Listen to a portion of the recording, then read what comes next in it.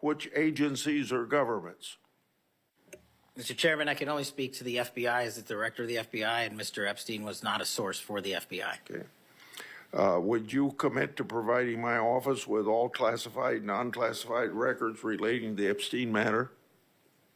I will commit to providing all records I'm legally permitted to do so under the court orders.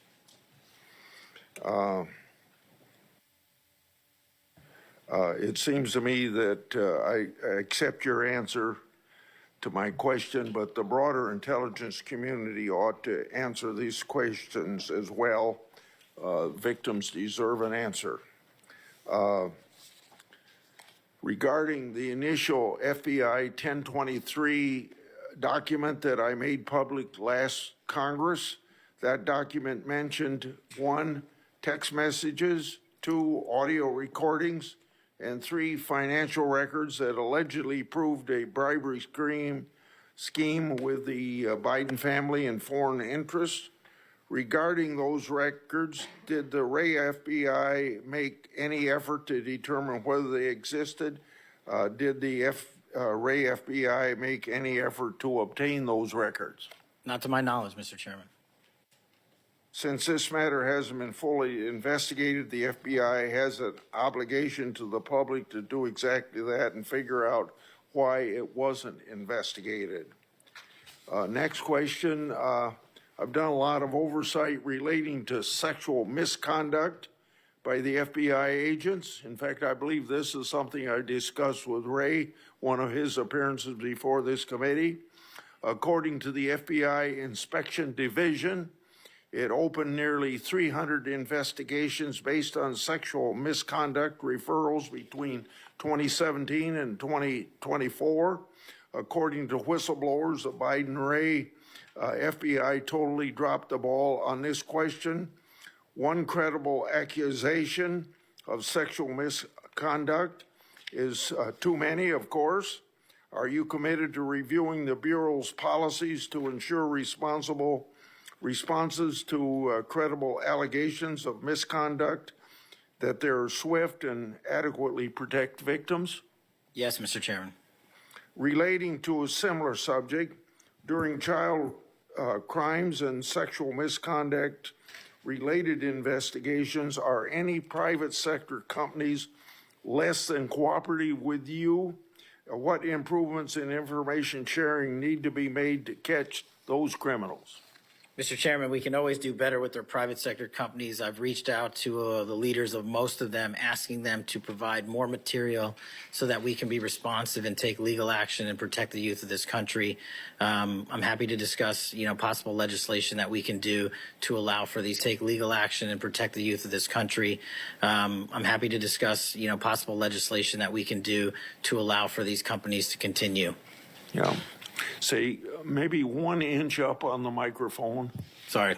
I think you're close enough, but I think it's just a little bit lower. When you raise your head, it's difficult to hear. Director Patel, since 2021, I've raised concerns about the Biden administration failure to properly vet Afghan evacuees. Director Gabbard informed my office that as of August 2022, approximately 1,600 evacuees located in the United States had ties to terrorism and other derogatory information.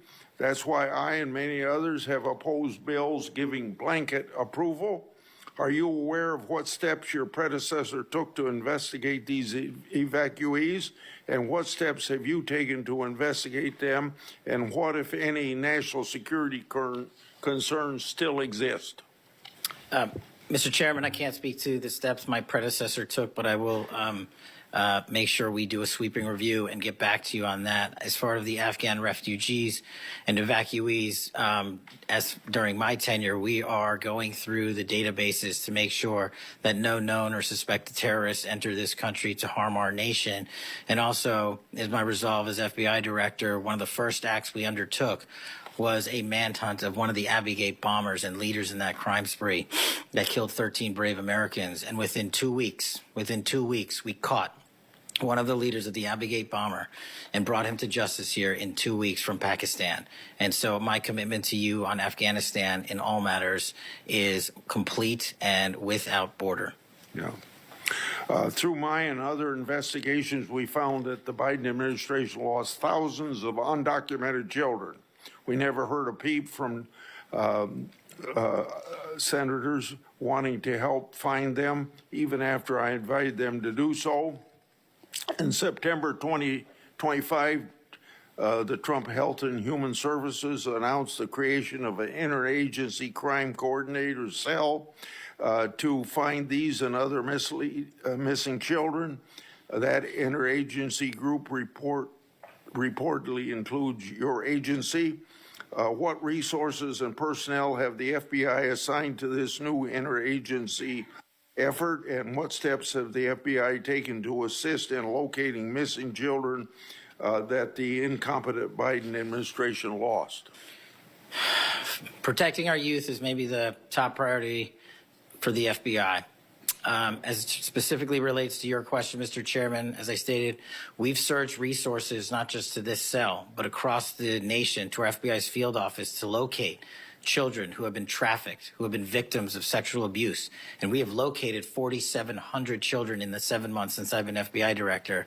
And that is a 35% increase from the same time period last year. And we're not stopping, and we're committed to doing that work on our tribal lands as well. And we are finding victims of child trafficking and child abuse every county and every district, and we're not going to stop. Okay.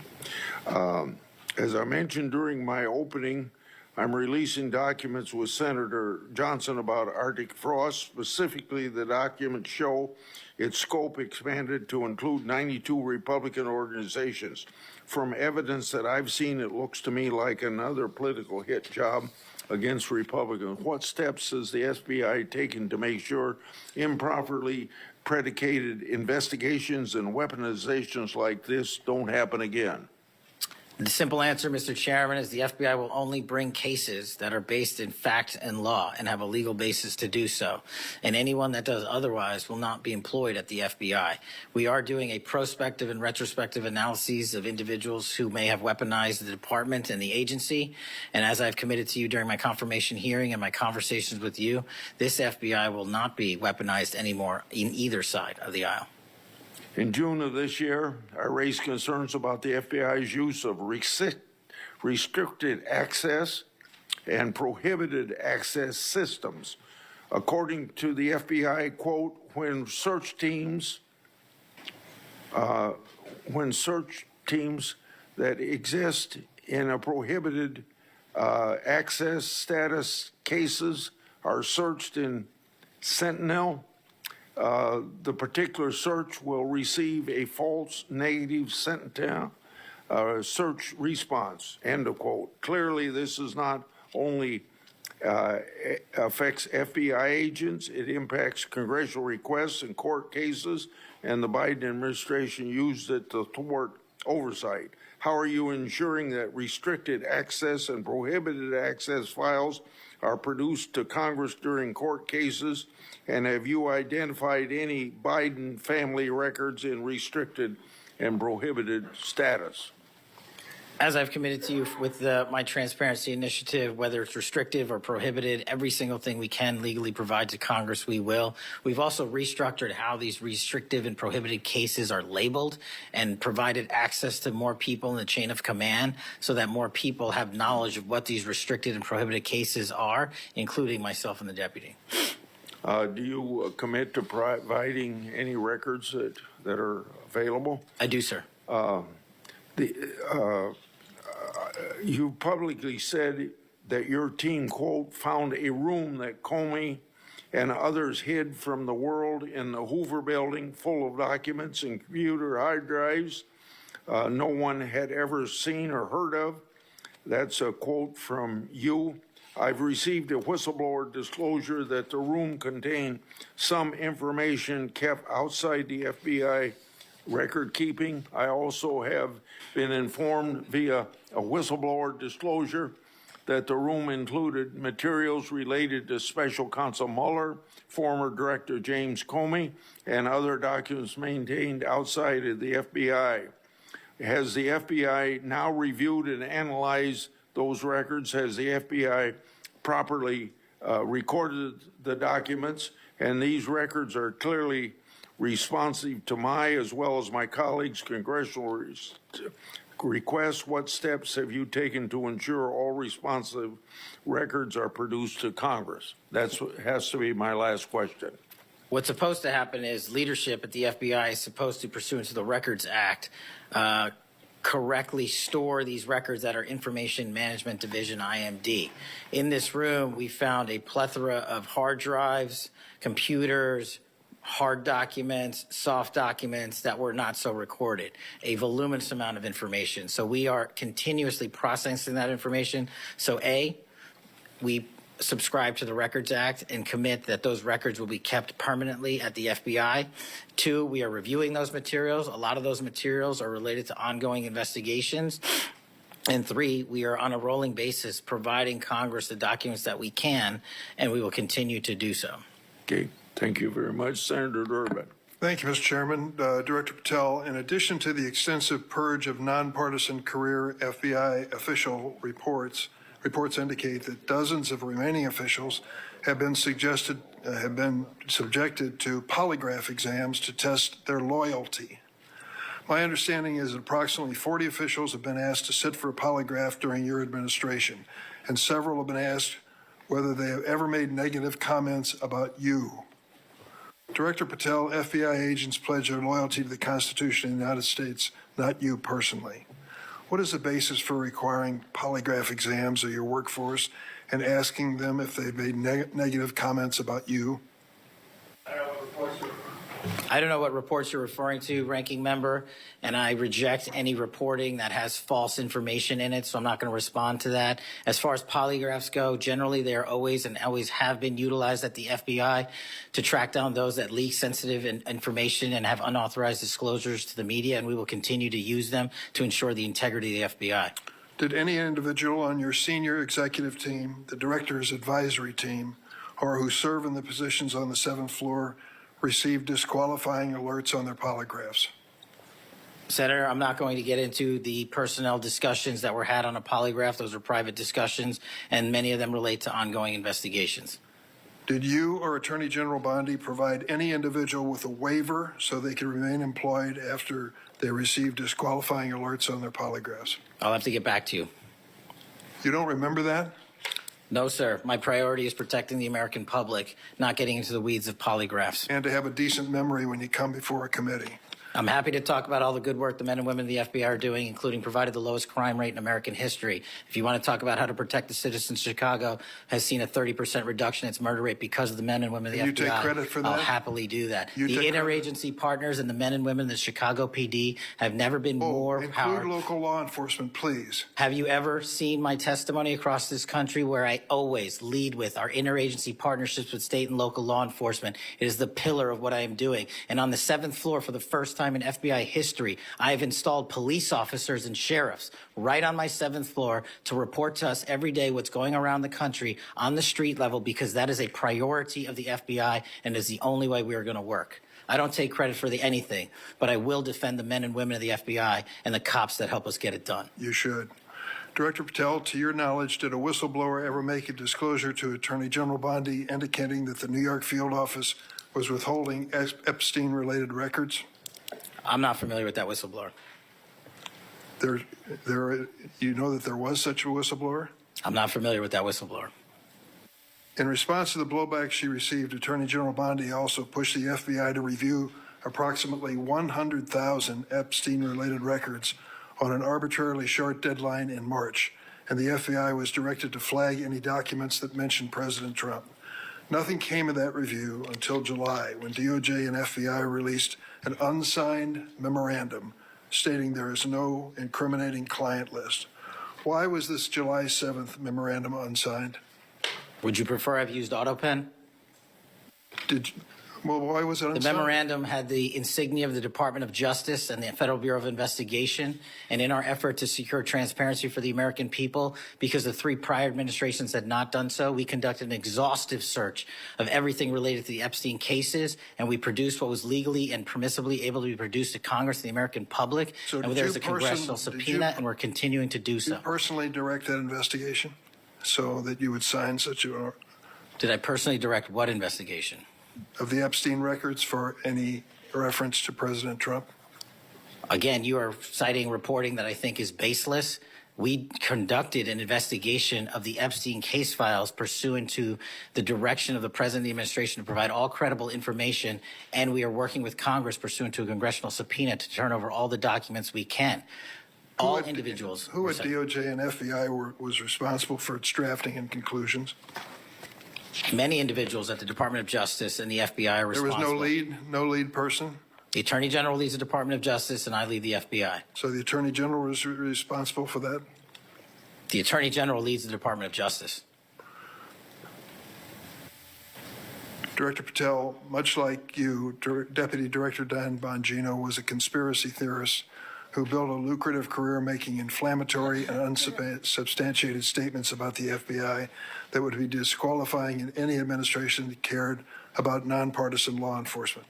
For instance, Mr. Bongino called the placement of pipe bombs outside the DNC and RNC headquarters on January 6, quote, an inside job, and went on to say this was a setup. I have zero doubt, and whoever goes into the FBI, you better get an answer about why.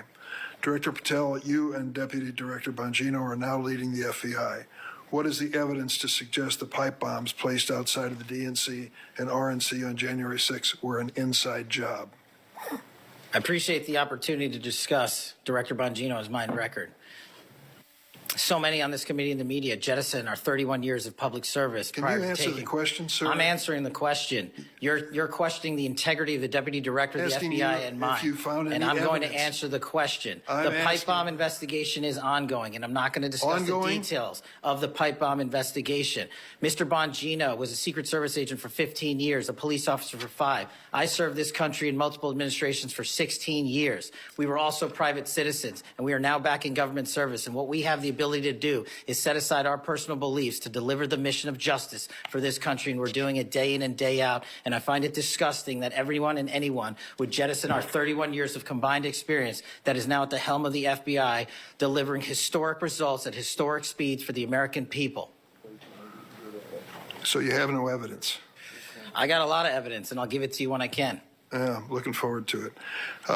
There's a New York Times story this morning about Chris Meyer. As I understand it, he was your personal pilot, at least for some period of time. Mr. Meyer has quite a record himself. Flew over 350 hours as an Air Force pilot on 3 aircraft types in Afghanistan.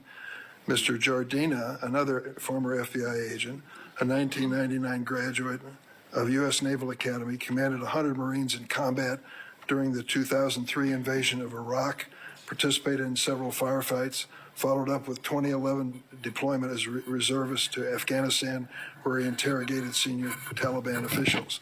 It appears that you terminated these 2 agents. Why? I'm not going to get into personnel decisions that we made.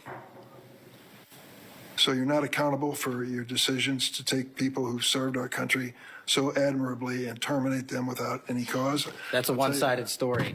Anyone that has been terminated from the FBI, tell your generally side of the story. speaking, failed to meet the needs of the FBI and uphold their constitutional duties. And you providing a one-sided story from your perch is absolutely disgraceful, because the men and women of the FBI deserve better. And your attack on the current leadership of the men and women of the FBI is equally disgraceful, because now you're attacking the leaders that are our brave SACs in Let me the tell field you what's who are disgraceful. doing the job that this Disgraceful. country needs. It's And we will disgraceful. continue to do it. Excuse me, it's disgraceful when Mr. Meyer and Mr. Jardina, who served our country so well, are terminated apparently because of the rants of a broadcaster.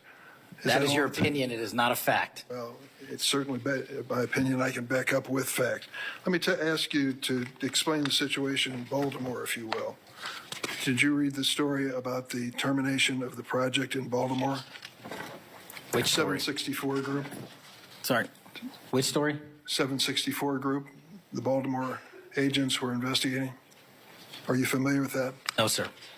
well, I'm not going to go into detail. It would take too long to do it. But apparently that this group, 764, a nihilistic, violent extremist group, seeks to blackmail children to perform vile acts on a camera under investigation by Baltimore, which was terminated by you. I'd like you to respond in writing, if you will, as to the circumstances of that termination. Sure. Our operations against NVEs, as you're referring to, has been historically high, and we've taken down multiple NVE rings, including 764 rings, who are harming children and causing them to be mutilated and Last commit question. suicide. Can you explain why you are eliminating the requirements for a college degree for your agents? I appreciate the opportunity to address that. You said in your opening statement, we are reducing the training requirements at Quantico. We are not. We are expanding them. You are referring to an 1811 crossover program because I believe the men and women of places like the DEA, the ATF, and the Marshal Service and the Secret Service who want to work at the FBI should deserve that opportunity in a shortened bridge program, which we provided. We are also keeping the 18-week BFTC as is traditionally been held at the FBI. So we're not reducing any requirements. We are increasing those that we bring into the FBI. Did you change any of the requirements on college degrees? We are allowing police officers who have served for a number of years to come into the FBI who did not obtain the requisite college degree to apply to be federal agents because we feel they have the street level experience we need to conduct this mission. I yield, Mr. Chairman.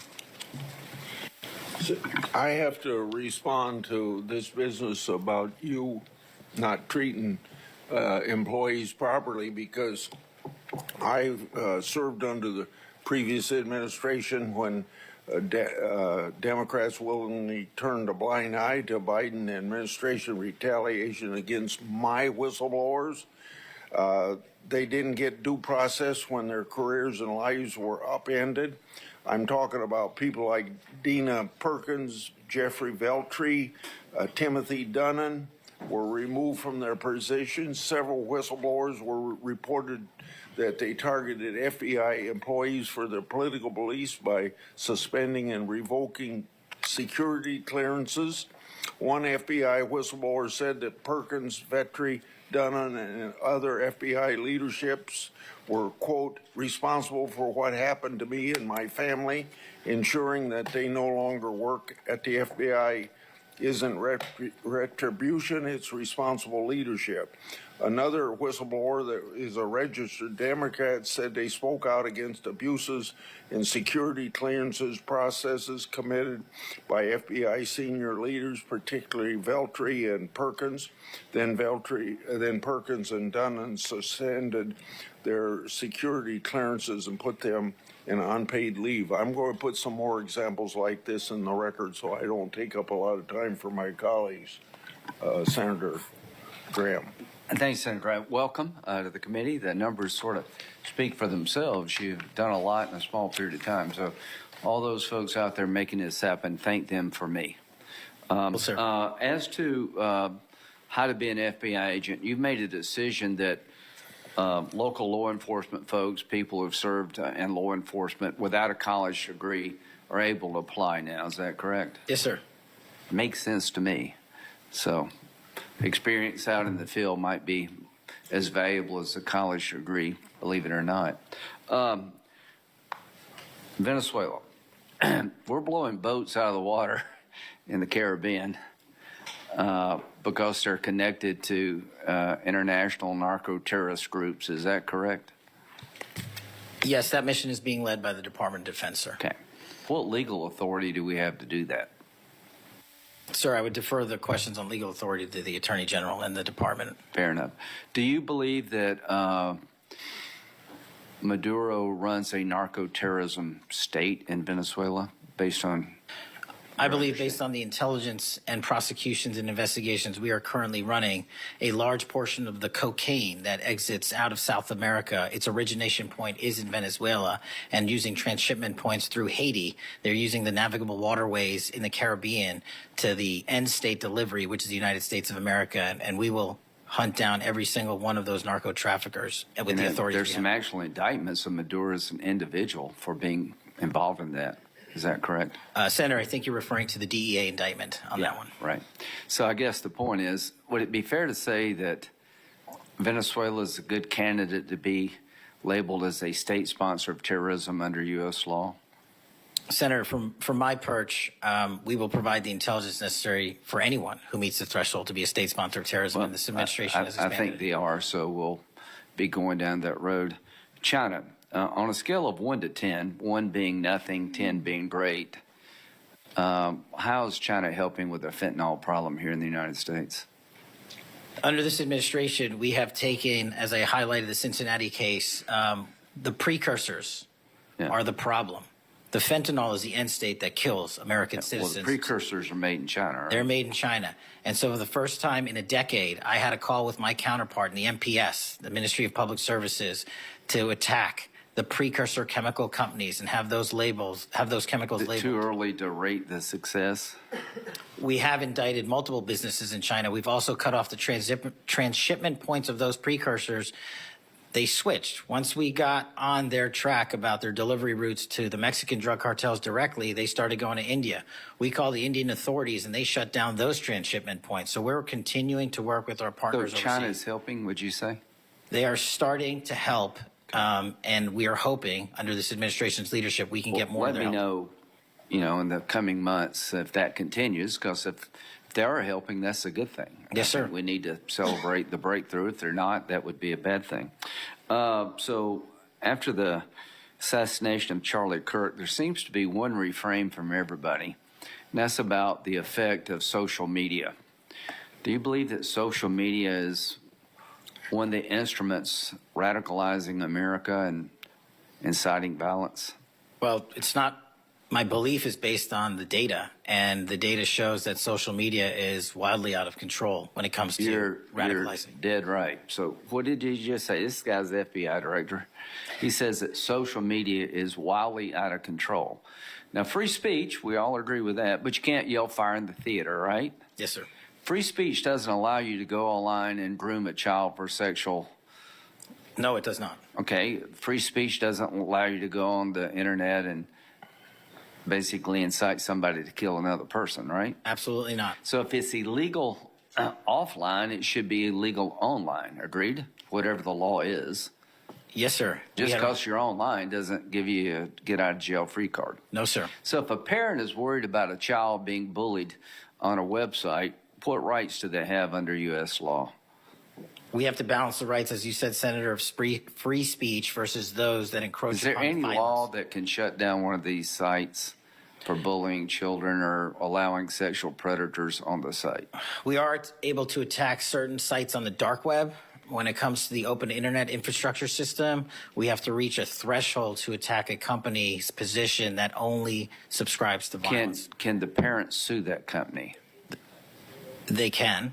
They can? They can sue not the social media companies. That's what I'm talking about. They can sue the companies. No, I'm talking about the social media company that gives lives to this behavior. No, you're referring to Section 230, sir. Would you advocate a sunsetting of Section 230 to bring more liability to the companies who send this stuff out? I've advocated for that for years. All right. We need to do this, folks.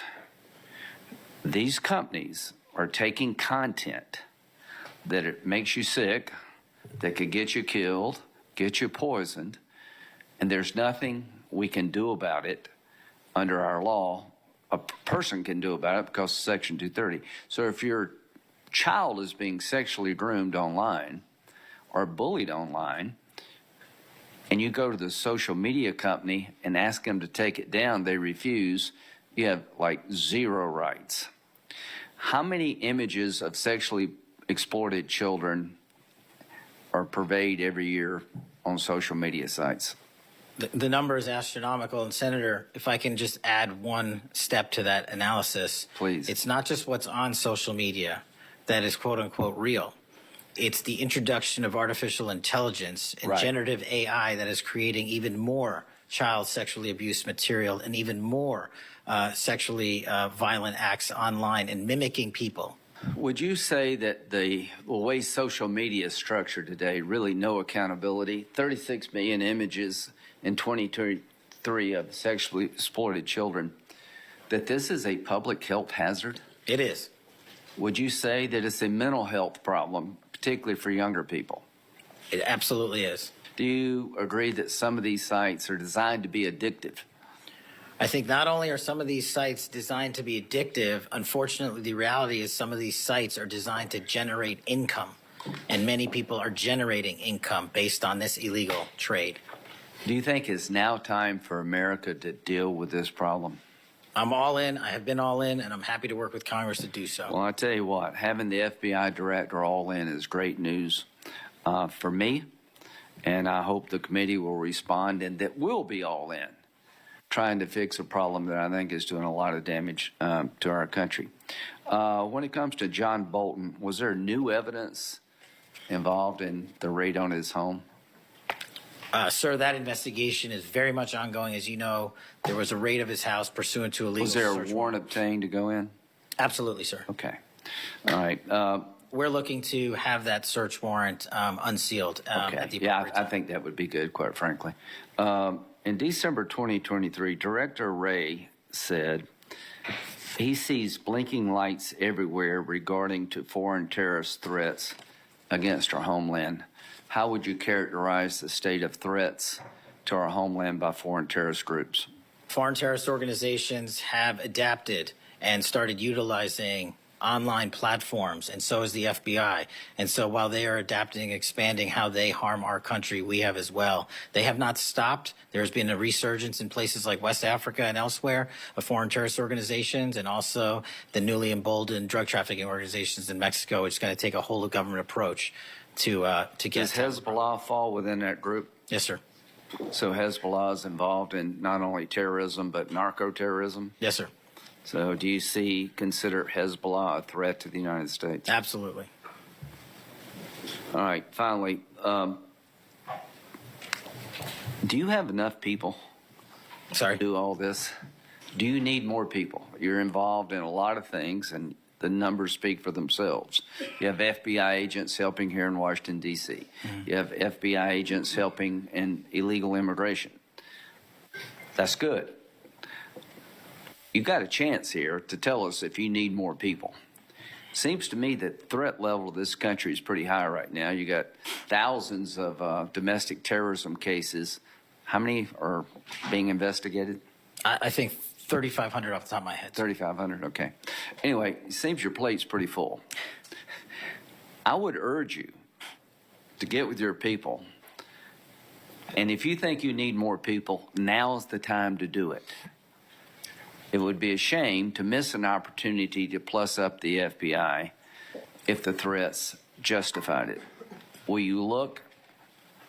I will look, sir. Okay, but are you comfortable you have enough people right now? Right now, I'm comfortable with the reallocation of agents and personnel outside of Washington, D.C. and plussing up states like South Carolina in double-digit numbers, Okay. and I'll get back with my team on this one. Thank you for your service. Senator Whitehouse.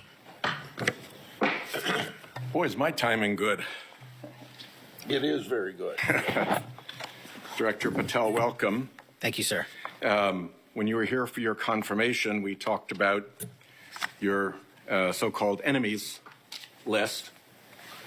It appears to me that there have been adverse actions of various kinds taken against about 20 of the 60 people on your enemies list. You've been in office for 7 months. At that rate, you've got 14 months until you've hit all 60. Can you explain that? Again, that is an entirely inaccurate presupposition. I do not have an enemies list. You can continue to characterize it as you wish. The only actions we take, generally speaking, for personnel at the FBI are ones based on merit and qualification and your ability to uphold your constitutional duty. You fall short, you don't work there anymore. Well, there was a list. You don't like it to be called an enemies list, and it had about 60 names, and about 20 have had an adverse action. So those are, I think, pretty clear facts. Let me move on to your grand jury testimony, which we also talked about when you were here. I think you indicated that you understood that a witness in the grand jury is free to discuss afterwards whatever they told the grand jury.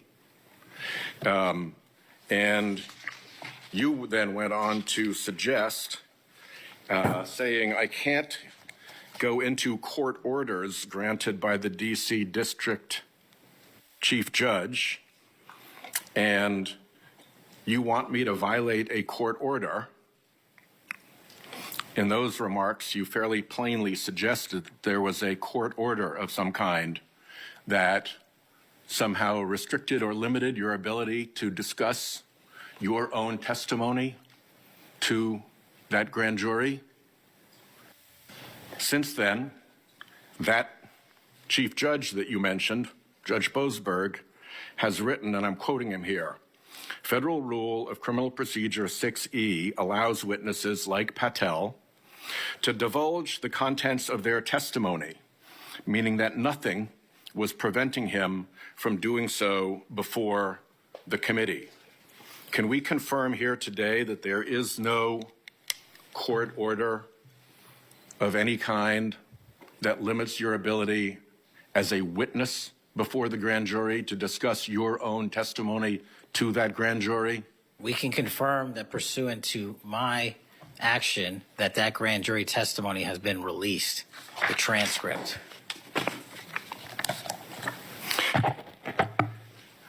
Let's, in what forum was it released, may I ask? Publicly. Okay, we'll check on that. The FBI does background investigations. In the case of a U.S. attorney, Janine Pirro, it has come to light that in a civil proceeding, that Fox News executives, prior to her confirmation, called her, I'm quoting here, a reckless maniac who makes, quote, insane comments, and said, I don't trust her to be responsible, and noted her penchant for what they called random conspiracy theories on weird internet sites. My question to you is, did that turn up in her background investigation? For any background investigation, Senator, we do not discuss those publicly. And for every background investigation, when there's an adjudication, it is not made by me. It is made by the career professionals who run the inspection division and background check system. Do you know if that information was found? You see, we're an oversight body here, and there are really three possibilities here. One is that the FBI background investigation didn't find that stuff. That's worth noting because these investigations, full field background investigations, are supposed to find that stuff. That's possibility one.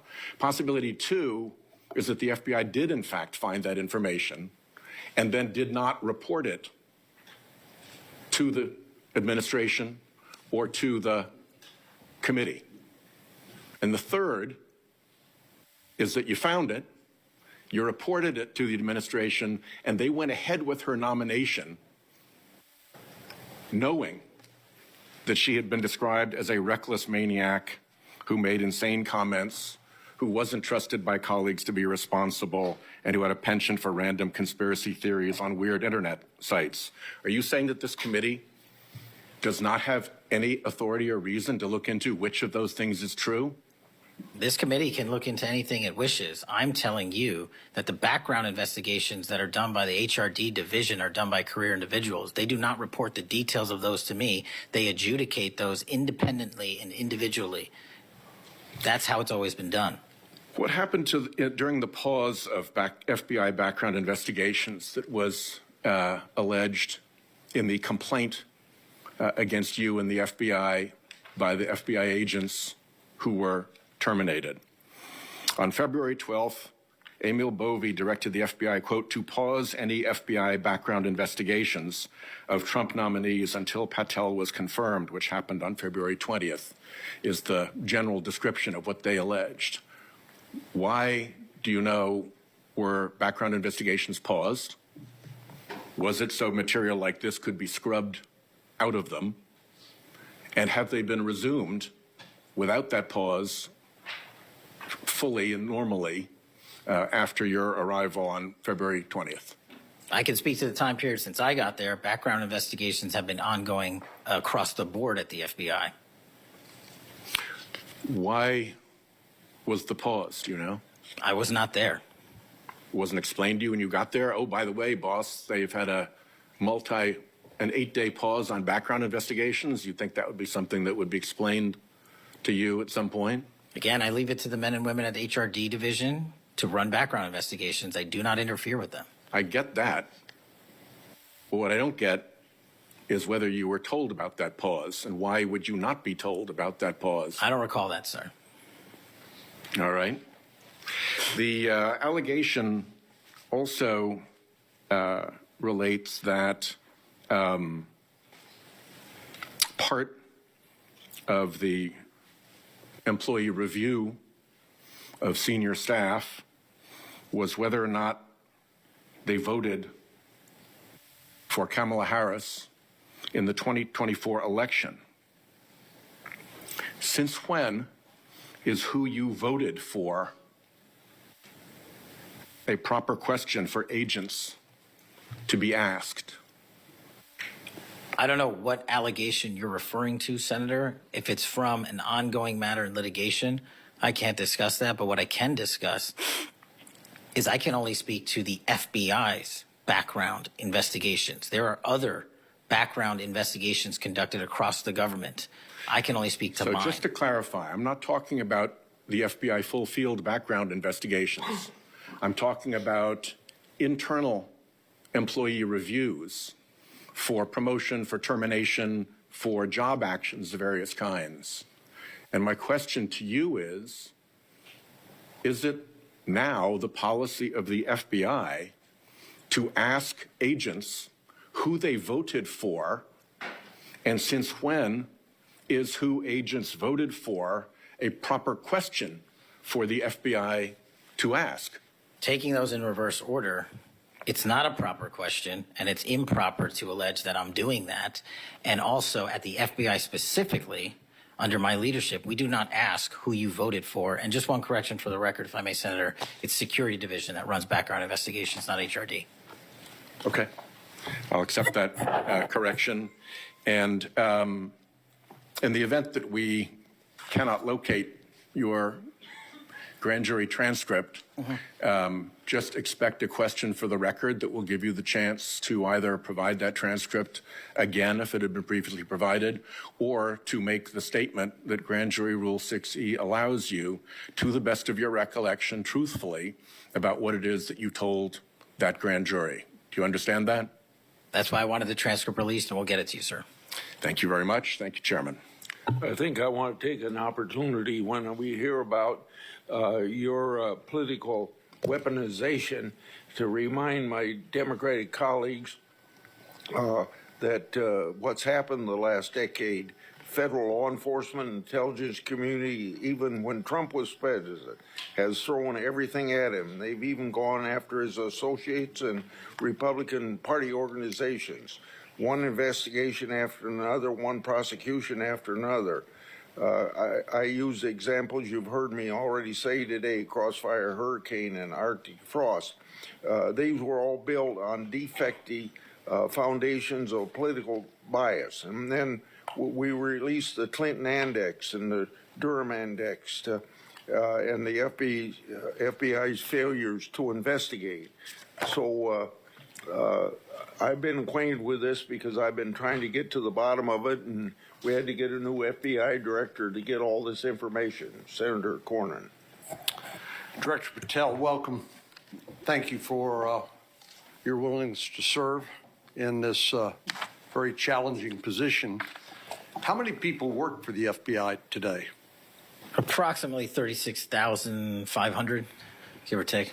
I've always wondered whether an organization that big and that diffused all across the nation was actually capable of being managed. Have you experienced any surprises in terms of the, as the director, in terms of your management of the organization? In my experience, Senator, the leaders in the field are supposed to lead. So we have empowered and we've changed the structural operation of the FBI to empower SACs in the 56 field office, 55, 56 come 1 October, to lead the mission. We've also empowered the respective assistant directors and operational directors to lead the mission. That is how you manage 36,500, 37,000 people. No one or two people can do it. And that's been the transition, is the power structure is being pushed out to the field operations. It sounds like a very practical way to approach it. And how is morale? Morale, when I travel around the country, in my experience, has never been higher. The FBI and the police officers that we work hand in glove with across this country are excited to do the work. And the stats that I'm citing are no achievement of mine. The stats that I'm citing in the 7 months that I've been there, such as a 42% increase in cyber arrests alone this year, is because the men and women at the FBI have been empowered in the field. They want to do the work. They're getting the opportunity to do the work. And with our great partners in the respective states like Texas, and where we just returned a top 10 most wanted fugitive in Cindy Singh, are getting the ability to make those prosecutions a reality. By the way, Senator Durbin was asking about polygraphs. Aren't polygraphs a standard part of the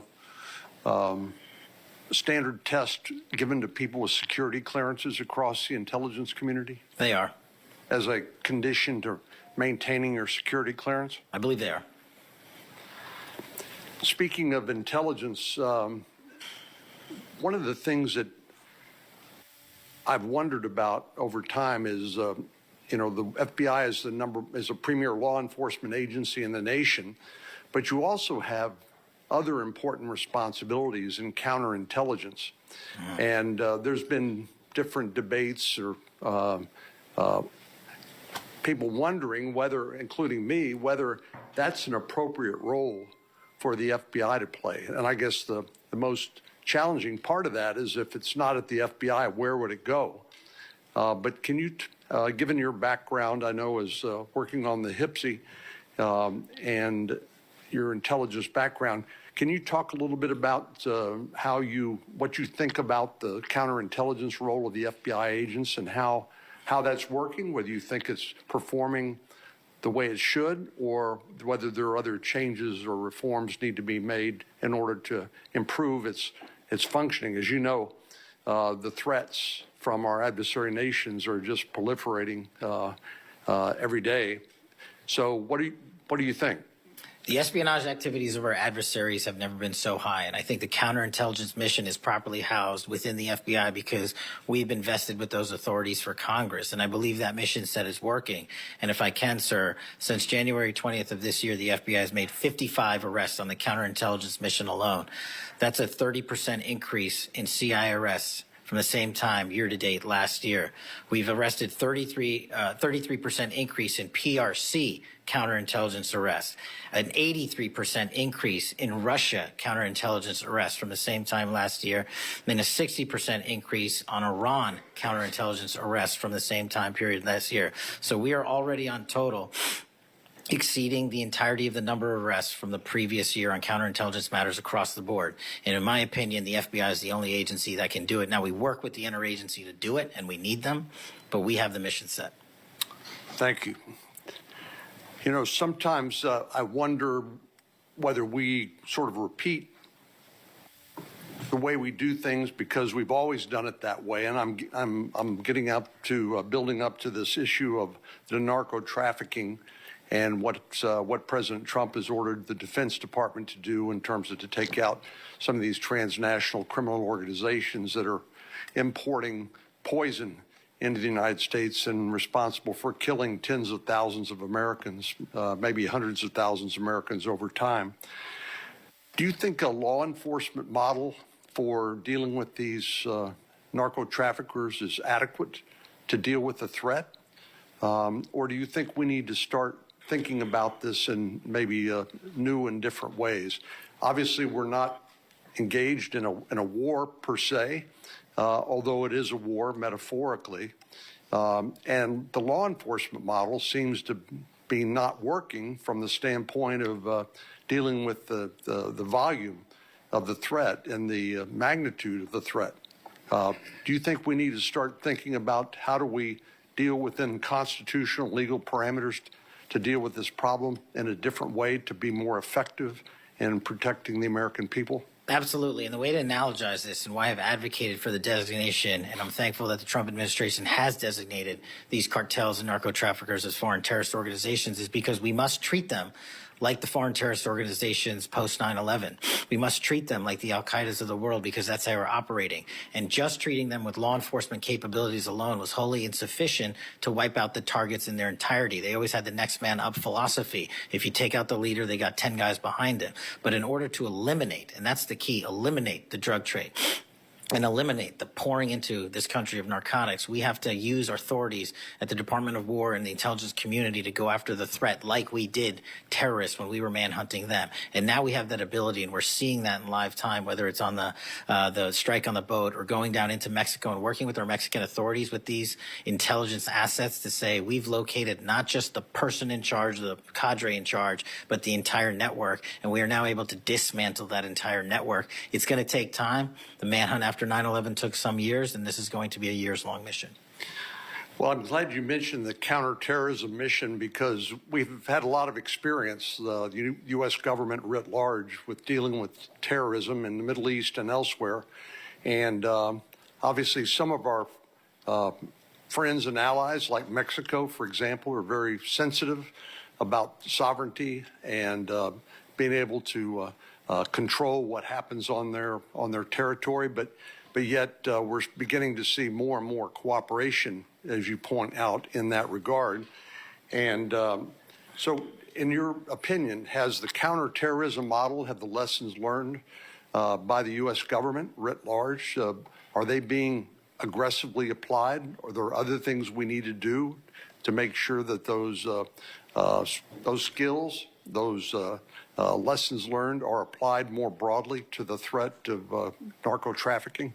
I can only speak to the FBI. We are applying all of them to our the CT mission set to the CN mission set, and we're using the new authorities given to our intelligence community partners in the Department of War to combine these collective efforts and in a new way, meeting together and creating an interagency process that gets after the threat dynamic. And whether that's a kill operation, a capture operation, a surrender operation, or a host nation takedown, like we did with the counterterrorism mission sets in Afghanistan, in Iraq, and Pakistan, and elsewhere, we are applying that to the drug traffickers in Mexico and Venezuela and Colombia.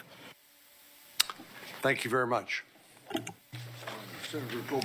Thank you, Mr. Chair. We have seen too much political violence in this country. We all know that.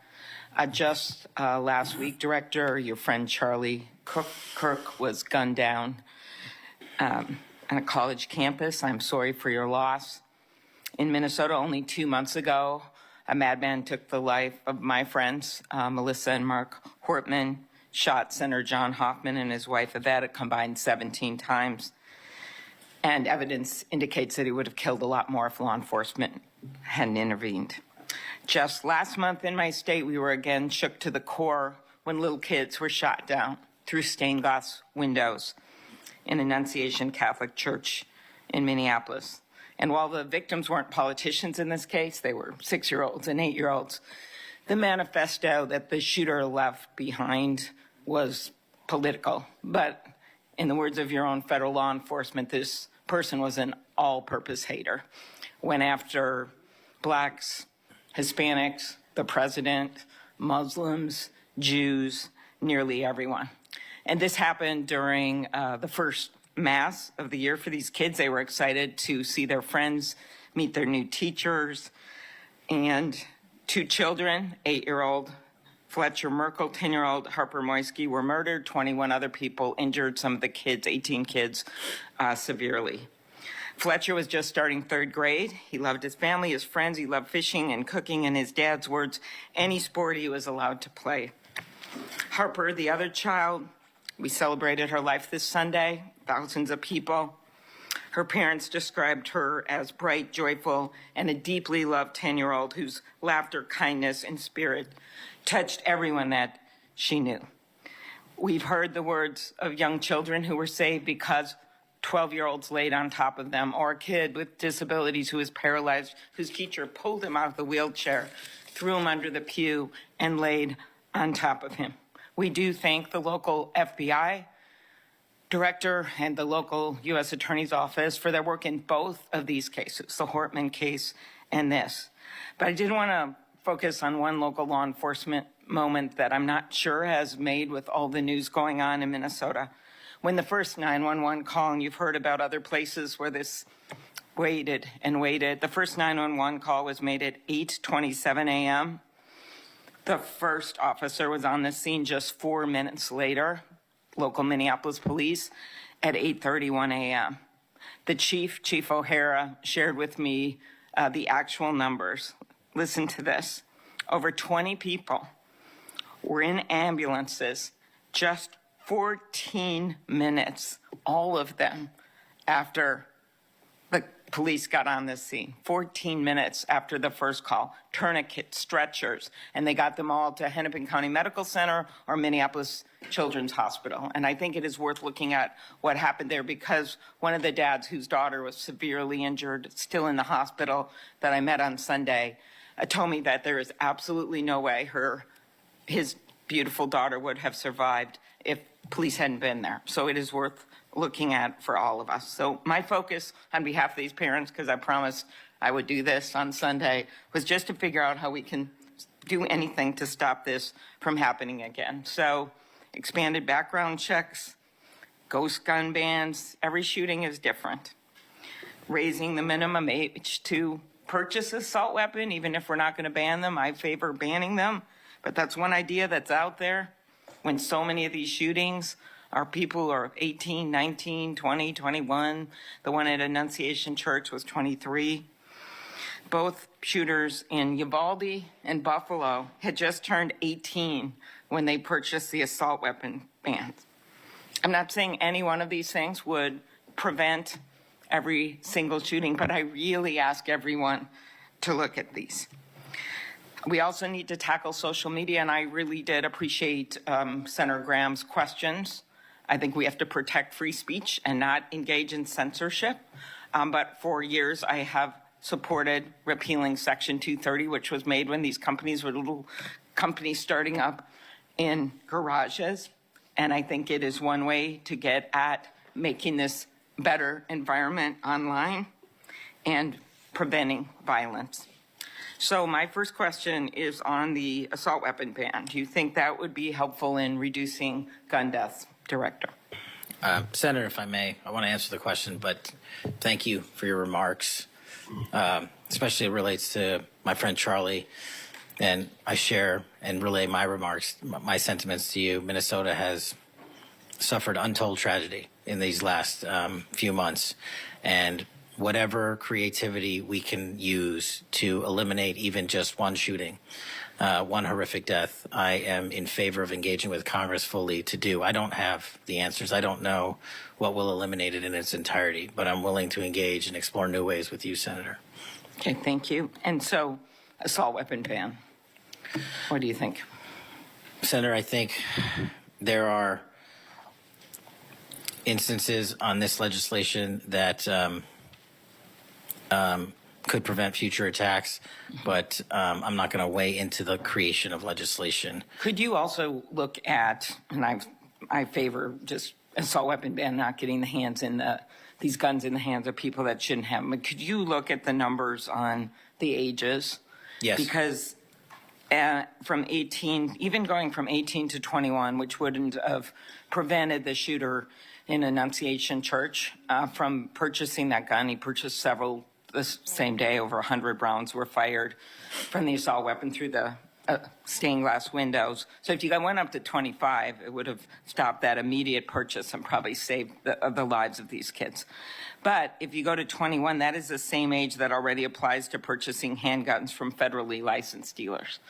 So I prefer another approach, but I was hoping that our Republican colleagues would at least look at that, given Uvalde, Buffalo, and some of these other mass shootings, trying to be practical, but thinking that it could make a major difference. Strengthening background checks, could you also look at that? And then banning ghost guns and bump stocks. What do you think of that? So, Senator, you're talking to my heart here on one of the core missions that the FBI which is our CJIS facility in Winchester, Virginia, which is our hub for our NICS checks, our NCICs, our capabilities on when we have, I think it's 19,000 state and local community law enforcement come to us for these background checks. We're trying to make that processing as fast as we can so we can get them real-time information. I think we have a 93% clearance rate in 15 minutes as it relates to ghost guns, but we can do better. All right, well, just if you could get back to me on all those and talk to the White House. Threats against elected officials have increased exponentially. Members of Congress received more than 9,000 threats last year, up from 1,600 in 2016. There's been a lot of talk about the rhetoric and the like. And if we want to move forward on things like Section 230, or even look if we can do anything on guns, I do think we're going to have to be honest about this all-purpose hater issue, and it has bothered me, this thing, we're going to go after this group, we're going to have to go after this group. I just want to, for the record, show that the murder of Speaker Hortman and her husband, it was Democratic lawmakers on his list. He went to the ones whose addresses he had, by the way. Planned Parenthood was on the list, as were businesses and law firms. Doctors. I already mentioned the ones with the Catholic Church shooting. So it is not just as the radicals on the left, what's a quote from the president, are the problems or destructive movement of left-wing extremism that Vice President Vance said. According to the Anti-Defamation League last year, all the murders were committed. And I'm not actually going to say this because I don't even want to go left-right with this, but you can imagine it wasn't from the left. Cato Institute, conservative think tank, published a study just last week that found terrorists from the right were responsible for 6 times more deaths than people from the left. I actually don't want to go tit for tat on this, but what I am asking for is that this rhetoric of blaming one side or the other stop, if you could convey that to the president, and that we actually work on things that are solutions. So could you commit to me, Mr. Patel, Director Patel, that you will do that? Absolutely, Senator. Okay, thank you. Last, you were asked about social media, and I will put some more questions on the record about that. I think we could make major movement on that. The local FBI helped when the city of St. Paul was a victim of a cyber attack, and I'm concerned about some of the cyber attack cuts. I'll ask you that on the record. AI, I'm glad you raised that. I think we have to do more, but also including election interference because they're using AI videos. I just had one happen in this very committee on me, and I just think they're going to start using it in democracy, election. They could be foreign. Do you think some of this is foreign entities, Mr. Patel? Generally speaking, we have traced a lot of this to loose groups overseas that don't have any sort of central cluster. There's going to be a lot on you then. And then last, I'll put on the record just my concern about protecting journalists. The new guidance that came out of the department. Have you deployed any FBI resources to investigate members of the media for activities related to news gathering, reporting, or reporting on government whistleblowers, something near and dear to the chairman's heart? The only time we would involve an investigation of a journalist if they've conducted or committed an allegation of separate criminal activity, most prominently leaks of classified information. Thank you. Senator Hawley. Thank you very much, Mr. Chairman. Director Patel, good to see you. Thank you for being here. You're leading the FBI at a very critical time for that agency and also a critical time for our country. And I want to start by talking to you about the tide of violence that we have seen, ideological violence against people of faith, particularly Christians. You just think here, take a rough catalog. Just in the last couple of years, we've seen being at the Covenant School, Christian school in Nashville. We've seen school shooting at the Annunciation School. We've seen church shootings multiply. We've seen acts of crime and violence, vandalism, arson against churches and parishes all across the country. And then, of course, last week, Charlie Kirk, who said, "I want to be remembered for my courage, for my faith," was shot on a college campus. Let me just start with the assassination of Charlie Kirk. Is the FBI, and I appreciate the tremendous work the FBI has done in this investigation, is the FBI investigating the Kirk assassination as part of this broader pattern of anti-religious, anti-Christian violence? We are investigating Charlie's assassination fully and completely and running out every lead related to any allegation of broader violence, and we're producing results on that we'll disclose when appropriate. Good. I'm glad to hear that. Let me just ask you a few questions about that if I could. Sure. Reports have suggested that the FBI is investigating a broader network of groups that may have had some knowledge of the shooter's plans. Can you give us any details on that, following up what you already said in public? How's the FBI working to find other potential accomplices, folks who may have known about the shooter's plans, folks who may have encouraged him? Any update on any of that? So in terms of what we do for an interrogation perspective, we go and reach out to the family and community immediately. And we've conducted those investigations and interrogations with local law enforcement, and we're continuing to do that because those closest to the suspect are going to hopefully know the most about the suspect and his beliefs and his ideology. On top of that, unfortunately, it has been leaked that there was a Discord chat, and for those unfamiliar with it, it's a gaming chat room online that the suspect participated in. So what we're doing, we've already done, is serve legal process, not just on Discord, so that the information we gathered is sustained and held in a evidentiary posture that we could use in prosecution should it be decided to do so. And we're also going to be investigating anyone and everyone involved in that Discord chat. Okay, very good. I see the public reports that the Discord thread had as many as 20 additional users. It sounds like you're trying to run down all of that to see if that's accurate, who else may have been on that thread, what they may have known. Is that fair to say? It's a lot more than that, and we're running them all down. It's a lot more than 20? Yes, sir. And you're running all of that to ground? Every single one. Yeah, fantastic.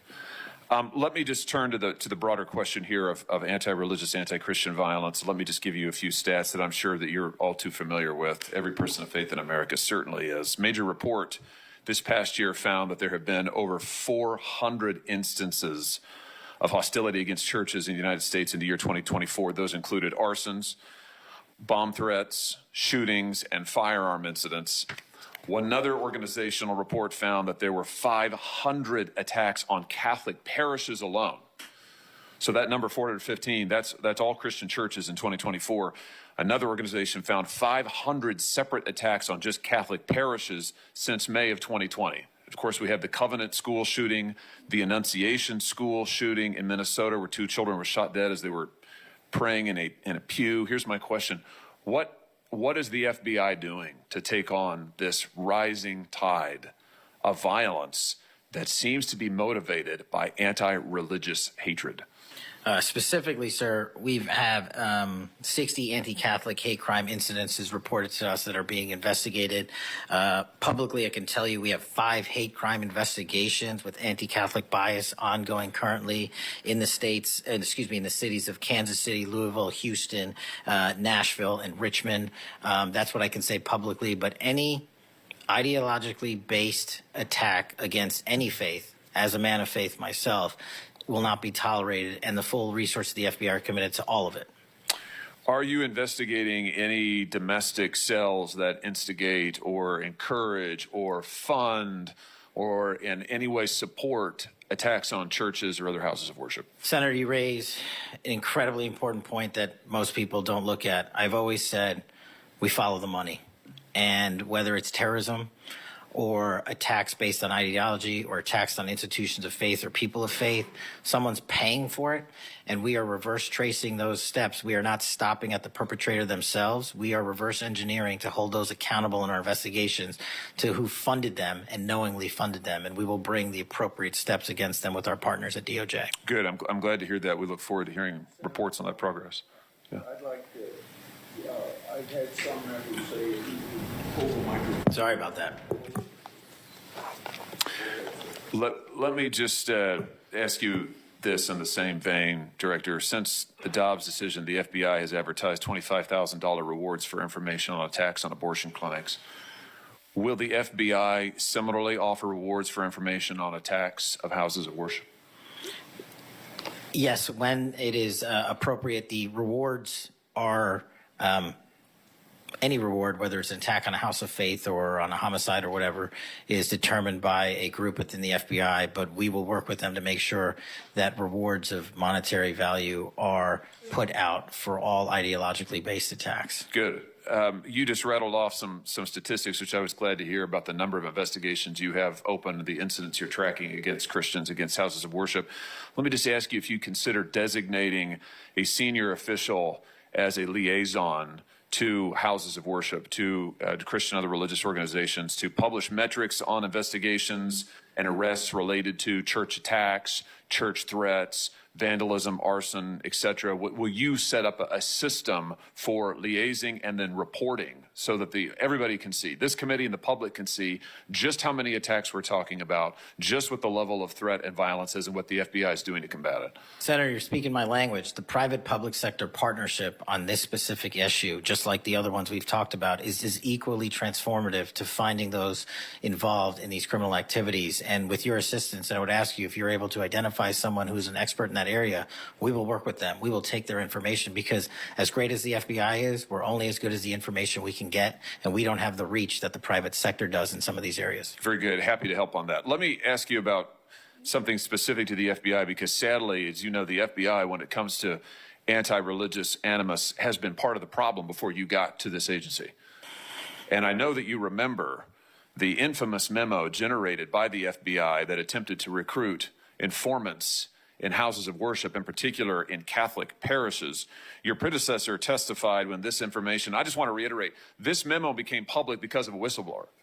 It was not turned over to this committee. It was not disclosed to this committee. In fact, we were told it didn't exist, and then a whistleblower published it, showing that indeed the FBI had recruited informants, attempted to, into Catholic parishes. Your predecessor then testified, sitting right where you are today, he testified that this, I'm going to quote, was a single product by a single field office, end quote. That was a lie. Because we then had additional whistleblowers come forward and say, no, actually, multiple field offices contributed to the drafting of the report. And indeed, there was a second anti-Catholic memo that the FBI generated. And indeed, those memos were distributed to over 1,000 FBI agents across the country. You know all of this. You and I talked about it when you were here for your confirmation hearing back in January. I just want to follow up and see, have you been able to determine how this memo got written and distributed? How is it that the Federal Bureau of Investigation came to be recruiting informants in Christian churches in this country? Senator, we did dig in, and we are doing our investigation simultaneously with Congress. And just to put it in perspective, we've provided 700 documents on the Richmond Catholic memo specifically to this committee, whereas my predecessor provided 19 pages. And not only that, but we looked into how the source recruitment structure at the FBI was conducted during this time. And we made adjustments and permanent fixes to ensure that sources are not put into houses of worship unless there is an actual ongoing criminal or international terrorism threat. We will not use sources at this FBI to investigate and cull information just for the sake of culling information in houses of worship. Has anybody been fired for this? There have been terminations related to this and resignations. Good. There need to be, because if this is going to be standard at the FBI, nobody can trust the FBI. You want to talk about violating the First Amendment? This has got First Amendment violation written all over it. It's one of the most revolting chapters in the FBI's history. And considering what we're seeing more broadly in terms of the acts of violence against people of faith, this has absolutely got to end. The FBI has to lead the way. So I count on you to do that, Director. Let me just, in the minute or so that I have remaining, let me just shift gears and ask you about something else you said earlier. You said that protecting our youth is maybe the FBI's top priority. It's great to hear. Let me ask you about the role of AI chatbots in that, which you've talked about a little bit already today. Are you investigating any cases of AI-generated child sex abuse material? You issued a PSA earlier this year warning that synthetic child sex abuse material, that's where the AI generates it using maybe a real kid's image, but then generates sex material, sex abuse material. You warned that that was illegal under federal law. Is the FBI investigating any instances of this synthetic CSAM material generated by AI that you could speak to? We are investigating dozens of those matters because, let me just say this, as far as the FBI is concerned, generative AI that produces CSAM, child sexual abuse material, under our investigative authorities is treated as equally as if it were actual child sexual abuse material. There's no difference for me and the FBI on this. Let me just ask you one other thing in this vein. I'm sure you've seen the reporting that Meta's AI rules, their own internal guidelines, allowed their chatbots to have sensual, that's their word, sensual conversations with children. We've had instances, multiple instances of children, minors, taking their own lives at the behest of chatbots that instructed them with specificity on how to do it. What's the FBI's role here in investigating what is going on with these chatbots, with these AI companies encouraging? I mean, listen, if an actual person did that, we would say that's grooming. We would say that's child abuse. These companies are doing it. Their own guidelines allow it. What can we do about that? You're referring to NVE, nihilistic violent extremism, and the 764. It has been made a priority of the FBI because they are targeting children, and these chatbots and these generative AI are getting coupled with actual humans who are using them and releasing them because they can do the work faster and quicker than humans can and get into spaces like social media where humans have a difficulty in engaging. And what we're doing is treating any extension of generative AI as the criminal themselves. And we have, I think, I've got to get the number back to you, but over 1,000 investigations related to NVE. We've had numerous takedowns and arrests of 764 individuals, and we are educating. This may be the most important part.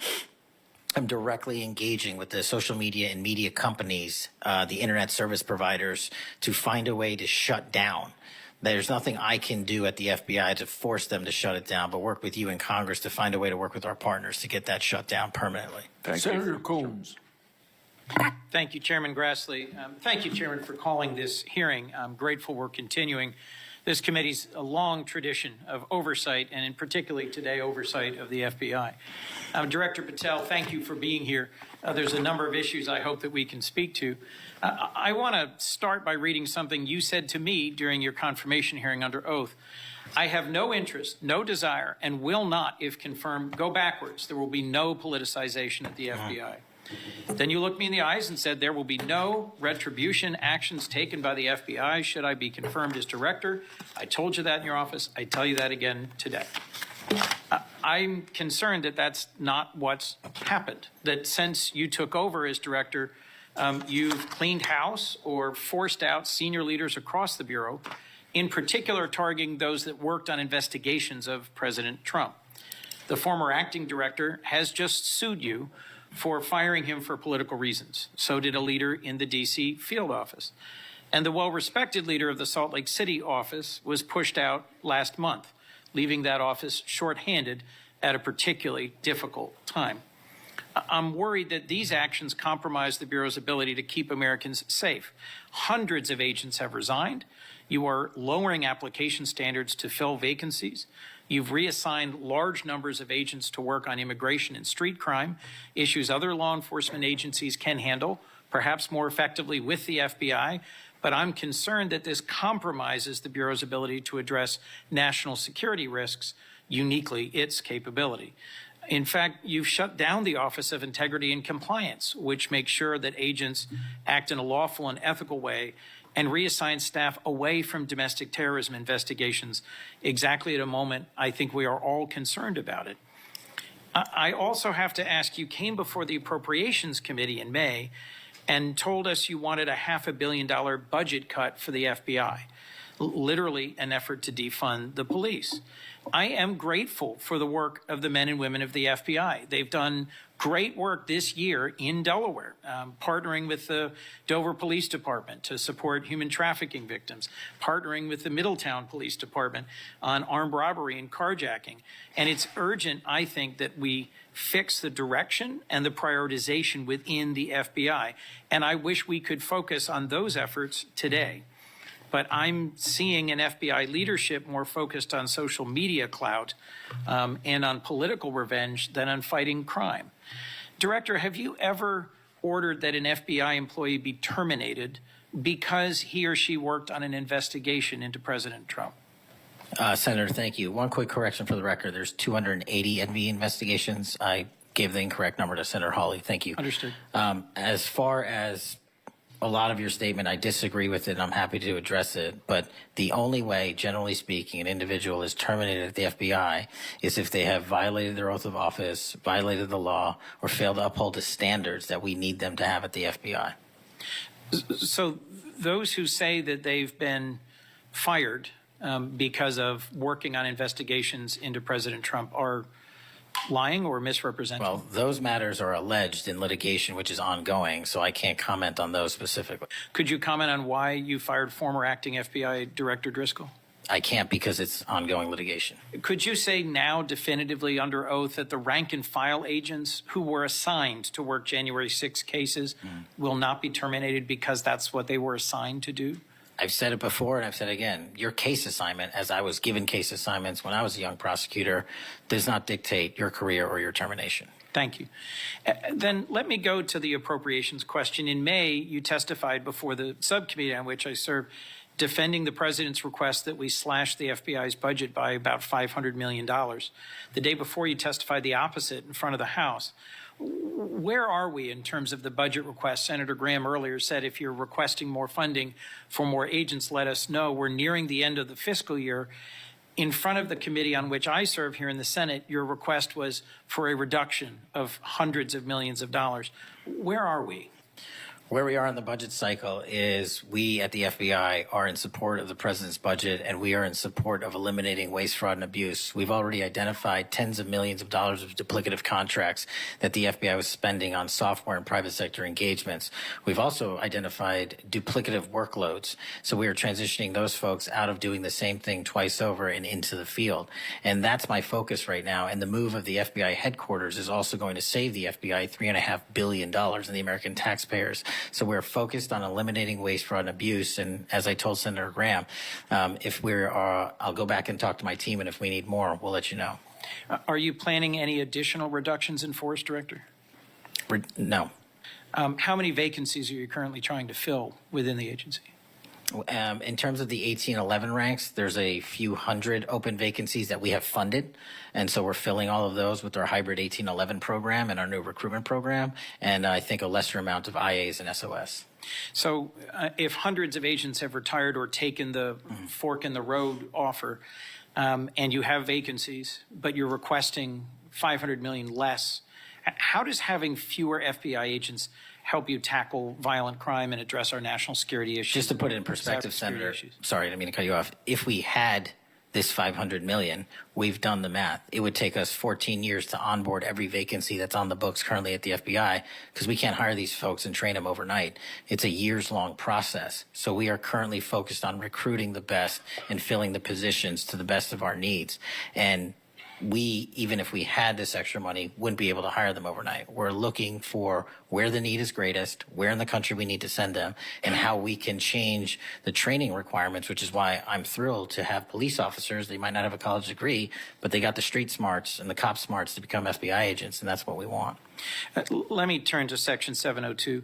Yes, when you testified in front of the CJS subcommittee, we talked about this issue. You told me you were in favor of reauthorizing FISA Section 702 when it expires next year, right, so long as the reforms implemented last year, reforms like better training for agents and real consequences for inappropriate searches of Americans' communications, were maintained. You also said that you had some ideas about how to make Section 702 better going forward.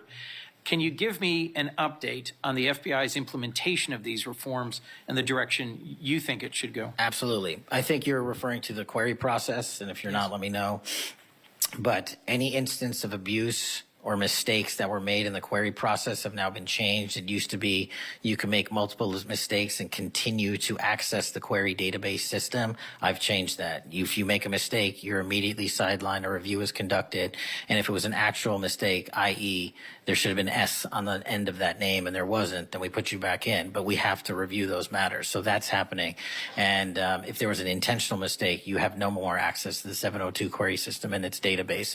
So we've also done an audit audit of the entire 702 system and the query databases, and now we are nearly 100% of the audit. And I think we found one or two, I'll have to get back to you, quote-unquote mistakes within that system, which are currently being reviewed.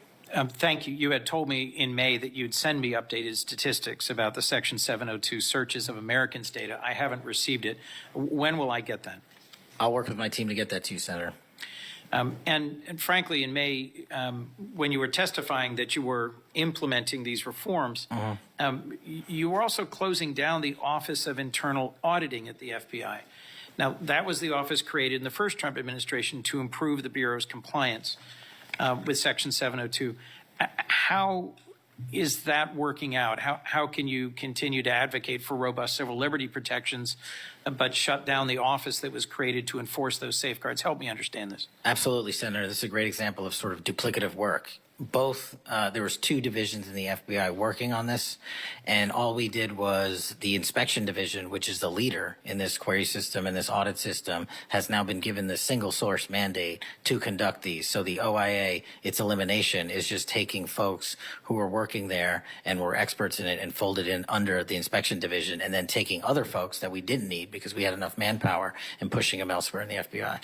I'm concerned about the rise in threats against members of our judiciary. What are you doing with the U.S. Marshal Service to help protect our federal judges, and with state and local judicial systems to help provide some of the expertise of the FBI in protecting them as well? I share your concern, Senator. We have 35 open investigations, 17 against federal judges, and the remainder against state court judges and threats that they have received. And as you know, federally, there's a specific statute which prohibits that. So we are working up those cases and referring them to prosecution where we can meet the threshold for evidence. In your written testimony, you referenced how counter-UAS legislation expires and we need to resolve the conflict in jurisdiction and authority. I agree, this is an urgent concern. I have heard from state and local law enforcement about it, from the folks responsible for major events, whether it's sports or concerts or public events. Given the tragic increase in political violence, I'm very concerned about the misuse of drones and the potential of there being a catastrophic event. What could we do to address this challenge? Well, obviously, reauthorizing the capabilities that we have under the counter-UAS program. But just to highlight what the FBI is specifically doing, we've been given the mandate to work with DHS to secure not just the Club World Cup that we had, by the way, which occurred in 32 matches across the country without any significant incident, which we're proud of, and we're taking that model for the next World Cup and also the Olympics. But the reason I bring that up is because we pushed out our counter-UAS programs to address the security needs, and that's where our focus is on events like that. Mr. Director, thank you for your testimony. I look forward to working on actually solving criminal problems and reducing the extent to which what we're going back and forth about is more political and partisan point scoring and more actually solving crimes for the American people. Yes, sir. Senator Kennedy. Mr. Director, you and the FBI, working with state and local law enforcement officials in Utah, have caught the assassin of Mr. Charlie Kirk. Is that right? We have a suspect, yes, sir. And you did that within 48 hours, did you not? 33 hours. 33 hours. Congratulations. We've had other political assassinations. Back in June, an assassinated Representative Melissa Hoffman, Mr. Hoffman, Senator John Hoffman, and Mrs. Hoffman in Minnesota. You and the FBI and Minnesota state and local law enforcement officials caught the assassin within 48 hours, did you not? I believe that timeline's correct, Senator. Congratulations. Sometimes we miss the forest for the trees. Good work.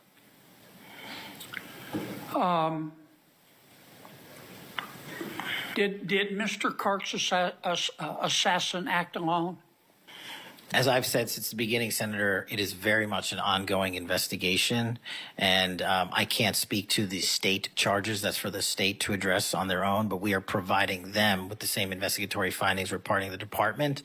And as I noted to Senator, I believe it was Cornyn or Hawley, that there are a number of individuals that are currently being investigated and interrogated, and a number yet to be investigated and interrogated specific to that chat room. So we are very much in our ongoing posture of investigation. So others could have been involved. Yes, sir. Okay.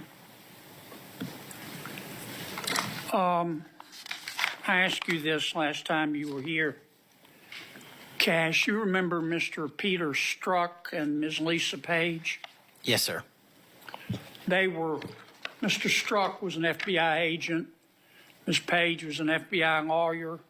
They were both very aggressive anti-Trump political activists who allowed their political opinions to affect their work at the FBI. Is that a fair statement? I believe their text messages and their testimony that was secured by the OIG and DOJ speak for themselves. In fact, Mr. Strzok and Ms. Page were having an extramarital affair, and at one point, Ms. Page texted Mr. Strzok, quote, "Trump's not ever going to be president, right? Right?" And Mr. Strzok replied, "No, he won't. We will stop it," end quote. Ms. Page resigned from the FBI. Mr. Strzok was fired.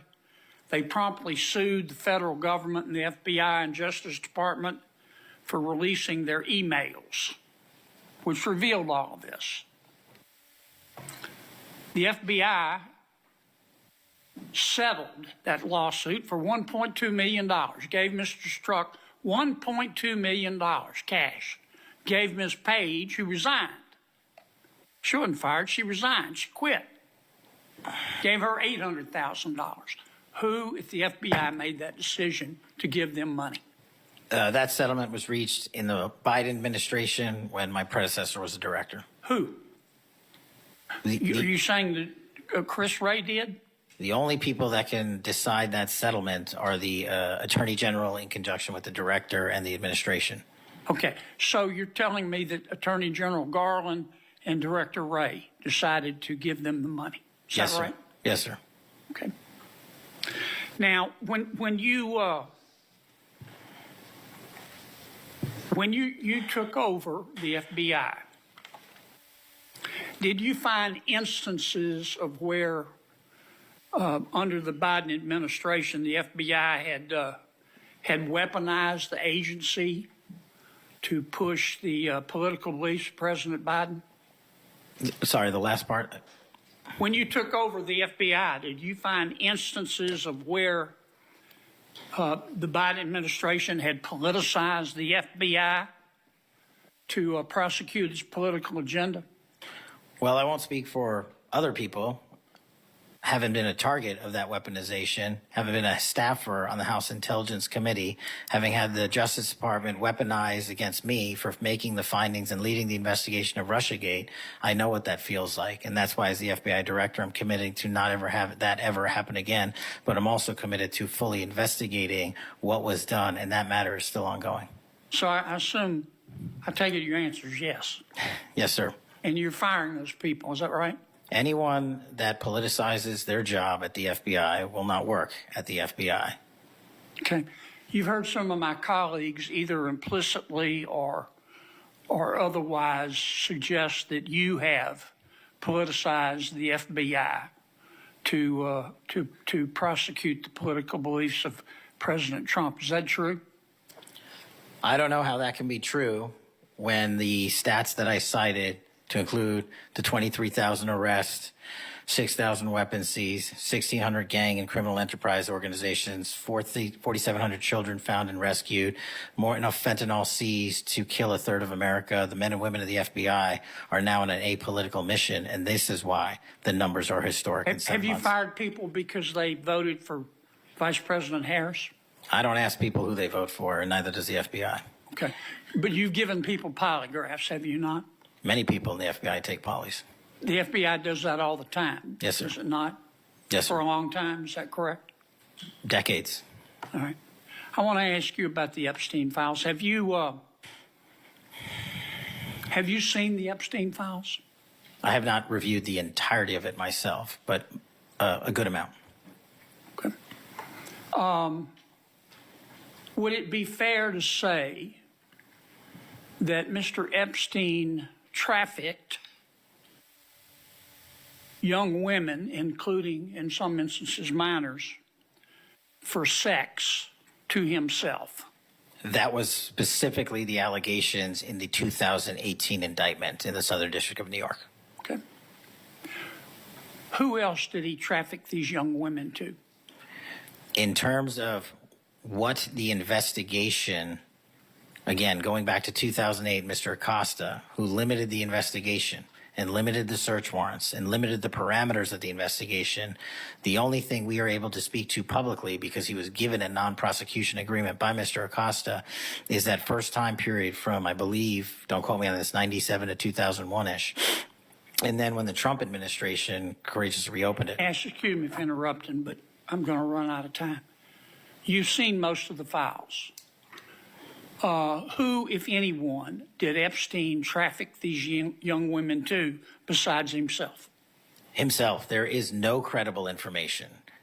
None. If there were, I would bring the case yesterday that he trafficked to other individuals. And the information we have, again, is limited. So the answer is no one? For the information that we have. In the files? In the case file. Okay. Now, President Trump has deferred to the FBI and the Department of Justice with respect to the Epstein records. He says it is your call about releasing them.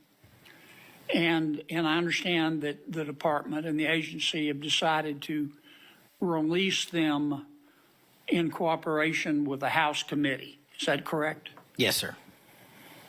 So you're releasing them a little bit at a time. Is that correct? We're releasing as much as we can, but we are limited by 3 different court orders, and the department went back to each of those judges to waive those court orders or have them lifted, and each of those judges declined. Will you release all of them, or at least as many as you can? We will release everything we are legally permitted to do so. We are continuing to work with the House on the subpoena request. We have substantially complied with it, but we will continue to release whatever we are legally permitted to do so. Okay. I strongly encourage you to do that. Kash, this issue's not going to go away. And I think the central question for the American people is this. They know that Epstein trafficked young women for sex to himself. They want to know who, if anyone else, he trafficked these young women to. And that's a very fair question. I want to know that answer.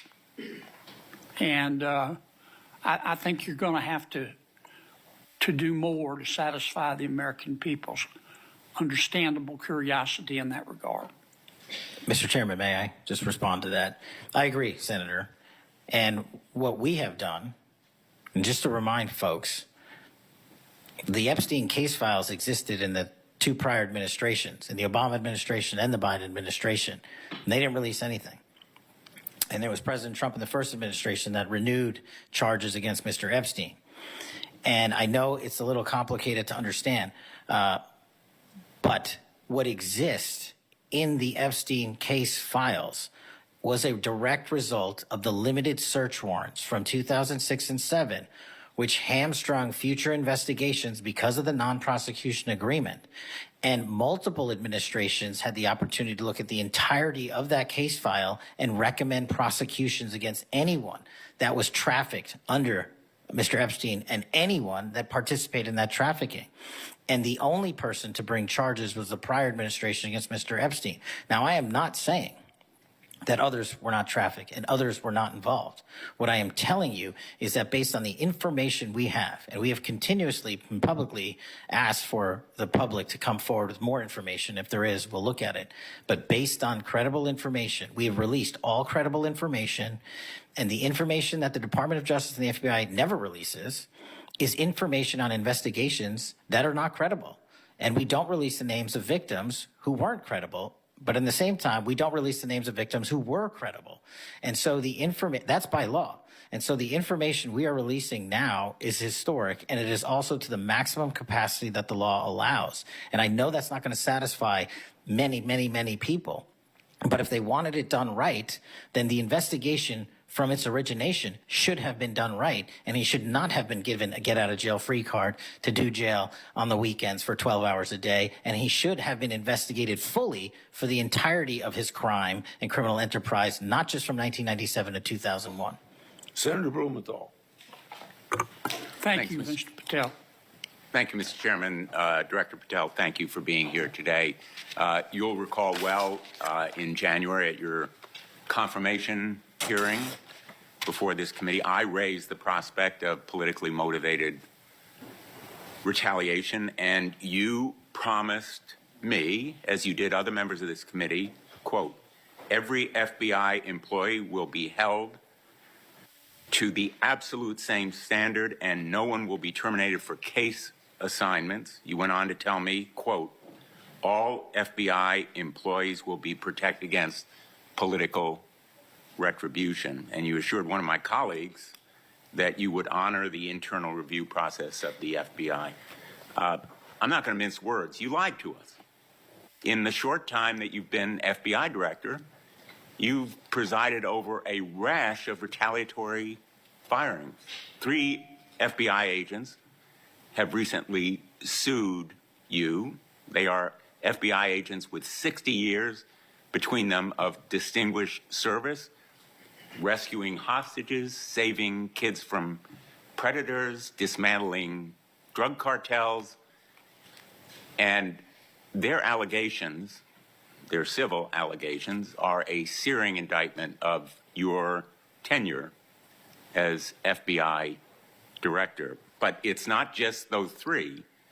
The FBI Agents Association has said that your actions, quote, distract agents from their work, foster fear that their assignments could cost them their careers, either now or under the next administration, and increase the risk of criminal and national security threats by undermining unity and morale within the Bureau, end quote. This association, as you know, is voluntary. It represents 14,000 members, 90% of all the active agents. These are your employees saying that your performance has been unqualified and unfit. And there is mounting evidence that these retaliatory firings were the result of direction from the White House. There have been instances in the past history of the Bureau of political interference and political direction from the director's office, but not the kind of institutional interference that we're seeing from the White House right now. I'm going to ask you, has anyone from the White House contacted you about personnel decisions? I completely disagree with your entire premise that I have lied or am misleading the FBI. If I were, the results that I announced today by the men and women of the FBI and the historic records we are doing to keep this country safe would not be possible. The men and women of the FBI are responding to our leadership and this administration's priorities. The only way people get terminated at the FBI is if they fail to meet the muster of the job and their duties. And that is where I will leave it. And you accusing me of lying is something I don't take lightly, but I'm not going to get into a tit for tat with you. Well, let me just ask you to answer my question. Has anyone from the White House contacted you about personnel decisions? Generally speaking, we always discuss with the White House, OMB, during the budget process, how many personnel we need, who we need where. Answer is yes. For budgetary purposes and to fire people, agents, because they participated in investigations of the president. I don't receive directions to do that. Has anyone I make the suggested decisions. it? Has anyone asked you to do it? The best information is, yes, you've taken suggestions and direction from the White House in firing qualified agents. Any termination at the FBI was a decision that I made. based on the evidence that I have as a director of the FBI, and it's my job, and I'm not going to shy away from it. And as you stated, those are allegations, and that is an ongoing litigation. So they'll have their day in court, so will we. The allegations are not just in that lawsuit, Director Patel, and I think your testimony confirms that, in fact, you've taken direction from the White House. I don't. In those it does not. retaliatory firings. It literally does Because you've not. acknowledged that, in fact, they have been in contact with you about personnel decisions. The Let me White move House has on. been, do not put words in my mouth. We're on the record. The White House, like any administration, contacts its agencies on the budgeting process and where it needs personnel and where the mission priorities are. That always happens. If they didn't do that, they would be abdicating their responsibility to law enforcement. I will always work with my partners in the chain of command at the Department of Justice and the White House to ensure that this FBI is delivering the results we are delivering, to include the lowest murder rate in modern U.S. history, to include the most fentanyl seizures in modern U.S. history, to include the most lives saved and the most children found in Just modern ask U.S. you, history. That is a working FBI. That is not a failing FBI. Let's move on to a related area. In White House discussions, have you been asked or directed by the White House or others to engage in a crackdown on political groups or organizations, nonprofits, after the murder of Charlie Kirk? To direct at political organizations? No. I've been asked by my chain of command to properly root out criminal activity wherever it is in whatever investigation we are conducting, and that's what we're doing. Have those distinctions about whom you're going to target been based on direction from the White House? Nobody gives me a list on who to target. My targeting list is from the men and women at the FBI. Have you talked about investigating certain groups, nonprofits, or foundations or institutions? Whatever those investigations are, they're ongoing, and I'm not going to get into those. Have you used polygraphs to determine loyalty of agents? No. Have you committed that you will respect the First Amendment rights of agents? I have wildly committed to respecting the First Amendment rights of agents, but at the FBI, you have to balance your First Amendment rights with your mission. Have you imposed any sort of loyalty test in the course of using polygraphs or in any of the other personnel decisions? Polygraphs have been utilized at the FBI for decades. They will continue to be utilized in the fashion by the professionals that administer them. Have you asked under the polygraph test about individuals' loyalty or about their voting records or any kind of past statement? Just to make it abundantly clear, I don't tell the professionals how to conduct polygraphs or what questions to ask. They make those decisions. And I, as the director of the FBI, never ask anyone who they voted for. Have you investigated donors to a political party simply because they are donors? Simply based on that fact alone, no. Have you investigated donors for another reason? Many donors may be involved in criminal enterprises and criminal activities, and those individuals will be investigated. Can you commit to make public the Epstein files that so far have not been released if this committee is able to review them on a classified basis? I think this is an important distinction.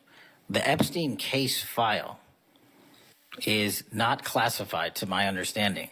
So we are providing what we legally can, and we are going to give Congress what we are legally permitted to do so to the maximum extent of the law. Will you enable the chairman and the ranking member to review them on a classified basis? That doesn't make any sense. If the material in the Epstein file is not classified, there is no basis for a Well, it classified would protect review. the confidentiality of them if they were able to review them on a classified basis. If anyone in this room can get the multiple district court judges to lift their court protective orders in the ceilings, we will happily provide you with more information. Are you in favor of merging the DEA and the ATF? That's not something for me to comment on. Well, those agencies work with you, don't they? with me, not for me. Are you in favor of orienting the FBI toward a national police function as opposed to the enforcement of federal law? The FBI does enforce federal law across the country. That's what we do. But isn't it a fact that you have told the leadership of the FBI that you view it as moving toward a local and state police function?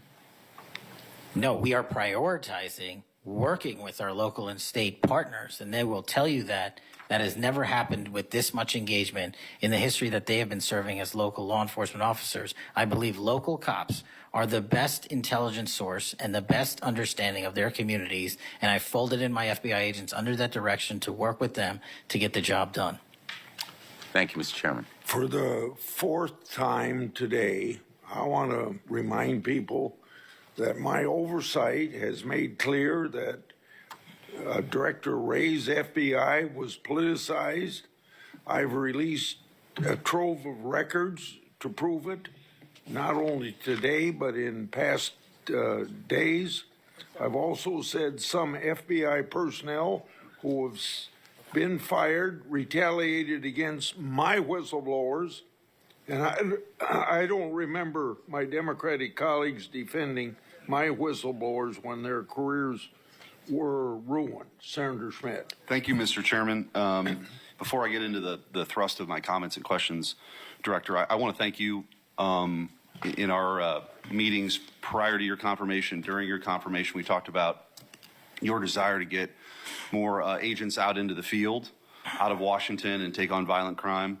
And you fulfilled that. St. Louis received the largest permanent per capita infusion of FBI agents anywhere in the country. And I know it's not only an isolated event, but we certainly appreciate your honoring your commitment to do that. And I know there's a lot of great opportunities ahead to take on violent crime, which you've highlighted many of the successes in your introductory comments. It's obviously no secret that this hearing takes place in the wake of a horrific American tragedy, the assassination of Charlie Kirk. For those of us who knew him, I know you did too. It's still sort of difficult to put into words what a tragic loss that is, not just for his family, but for our country, for free speech, for a belief that we can have a free exchange of ideas. And he was quite literally shot in the throat in an attempt to silence him and take his life. And so you have this task now of this investigation. There's been an arrest. But I think that we face an even larger crisis that law enforcement alone can't tackle alone. It's a crisis that is culminated in the assassination of Charlie. But it doesn't end there. It's I think every bit present right now. And the challenge is greater than quite frankly, I would have imagined. Seeing some of the comments that have taken place after the assassination, and something that I think as a country we have to reckon with. And it's something deeper, much deeper than a rejection of law and order or the norms of civil society. We've entered a very dangerous time, I think, in our country. And that should be clear to everyone. Political violence is a sign of a deep and corrosive sickness in any society. But in America today, the problem is just not political violence in the abstract. It is the specific kind of political violence which is overwhelmingly driven by a specific set of actors and groups. None of this emerged out of thin air. Over the past week, leaders from across the political spectrum have come out and forcefully condemned Charlie's murder and political violence more broadly. For that, we're all very grateful. We should be grateful. There have been calls to unite and come together in the wake of Charlie's murder, and I want to do that. I do. Someday I pray that we can be united as a country again and go forward together as a one people and under one flag, but we are not united. Upstream from the dehumanization and demonizing political violence and rhetoric tearing apart our country is a divide on how we view America and Americans.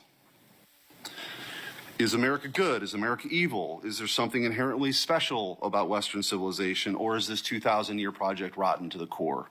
And if it is something worth fighting for, which I believe, how do we do it? With words and ideas like Charlie did, or with firebombs and assassins' bullets? Political violence is always wrong. Period. Full stop. It doesn't matter which side, in the name of any ideology or cause, it's wrong. But in America today, political violence is not a problem that falls equally upon both sides. We have to be honest about this. We must reject an attempt to paint it as some kind of random phenomenon with no particular creed or ideology, a kind of spontaneous insanity, which takes place outside of any broader social context and has no pattern at all. That's wrong. So free speech, yes. Political violence, no. But we have to be honest about what's happening. Already, we're hearing people talk about Charlie's assassination in those terms. We're told that we can't possibly know what drove a killer to plan and carry out a murder of the most prominent conservative activist in America. But that's a lie. We do know. The facts are plain and clear, and we have to speak truth in this moment, or there's no other side of the mountain. The vast majority of Americans are against political violence, but there is a vocal, active minority that encourages and celebrates it, and that minority is overwhelmingly on the left. Just last week, a YouGov poll found that a full 25% of those people who describe themselves as very liberal say it can be justified for citizens to use violence to achieve political goals. Less than 3% of very conservative Americans say the same. That's too many. That is 3% too many. But we are lying if we think that this is a both sides thing. It's not. We have to confront it. And you're going to have an important job of rooting out these terrorists. This is an ideology that runs very deep. The numbers are virtually identical to the ones I just noted when it comes to whether or not it's okay to celebrate the deaths of people whom we disagree with. And while large majorities in both parties were opposed to celebrating political violence, Democrats overall were nearly twice as likely as Republicans to believe that it is usually or always acceptable to celebrate the death of a public figure they oppose. What in the hell is going on? Earlier this year, a poll found that more than 55% of people on the left believed that it would be at least somewhat justified to murder Donald Trump. These are not just some abstractions on a page. These are our fellow citizens. How can we come together with people who believe these things? We've all seen the flood of posts on social media over the past week, not just a fringe few, but thousands upon thousands of people gleefully celebrating a father of two young children getting gunned down in broad daylight. I wish I wouldn't have seen that video. I wish my kids would not have seen that video. Blue Sky, the left-wing alternative to X, was so overwhelmed with these posts that the platform was forced to issue a statement warning its users to stop glorifying the murder. And it wasn't just random social media trolls. It was journalists, elite college professors, and even politicians, all but saying Charlie's assassination was justified because of what he thought, because of what he said. We saw the flood of hit pieces, the most powerful media outlets in the nation dishonestly attacking and villainizing Charlie for the most vicious possible terms. How can you ask us to unite under that? There can be no unity between good and evil. Somebody has to win this thing. And as a country, we have to absolutely reject it. And don't tell me it's both sides. It didn't happen in a vacuum. Over the past decade, we've seen an explosion of political violence, not just one-off lone wolf attacks, but organized, systemic political violence at a mass scale. It is not organic. It is the offspring of a dark and clandestine system funded in part with our own tax dollars, winning with a large network of foundations, NGOs, activist organizations, and front groups.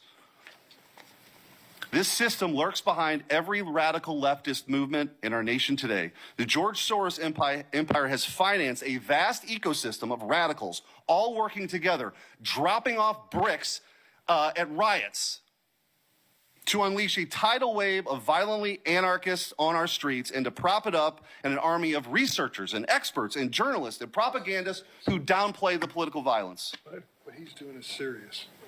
I'm going to ask you, because I don't have a ton of time. The opposite of what we should be doing as a committee. And I would point out, we've heard years of the left, their loudest voices calling anyone on the right extremist MAGA Republicans, fascists, Nazis, an existential threat to democracy. Check yourself.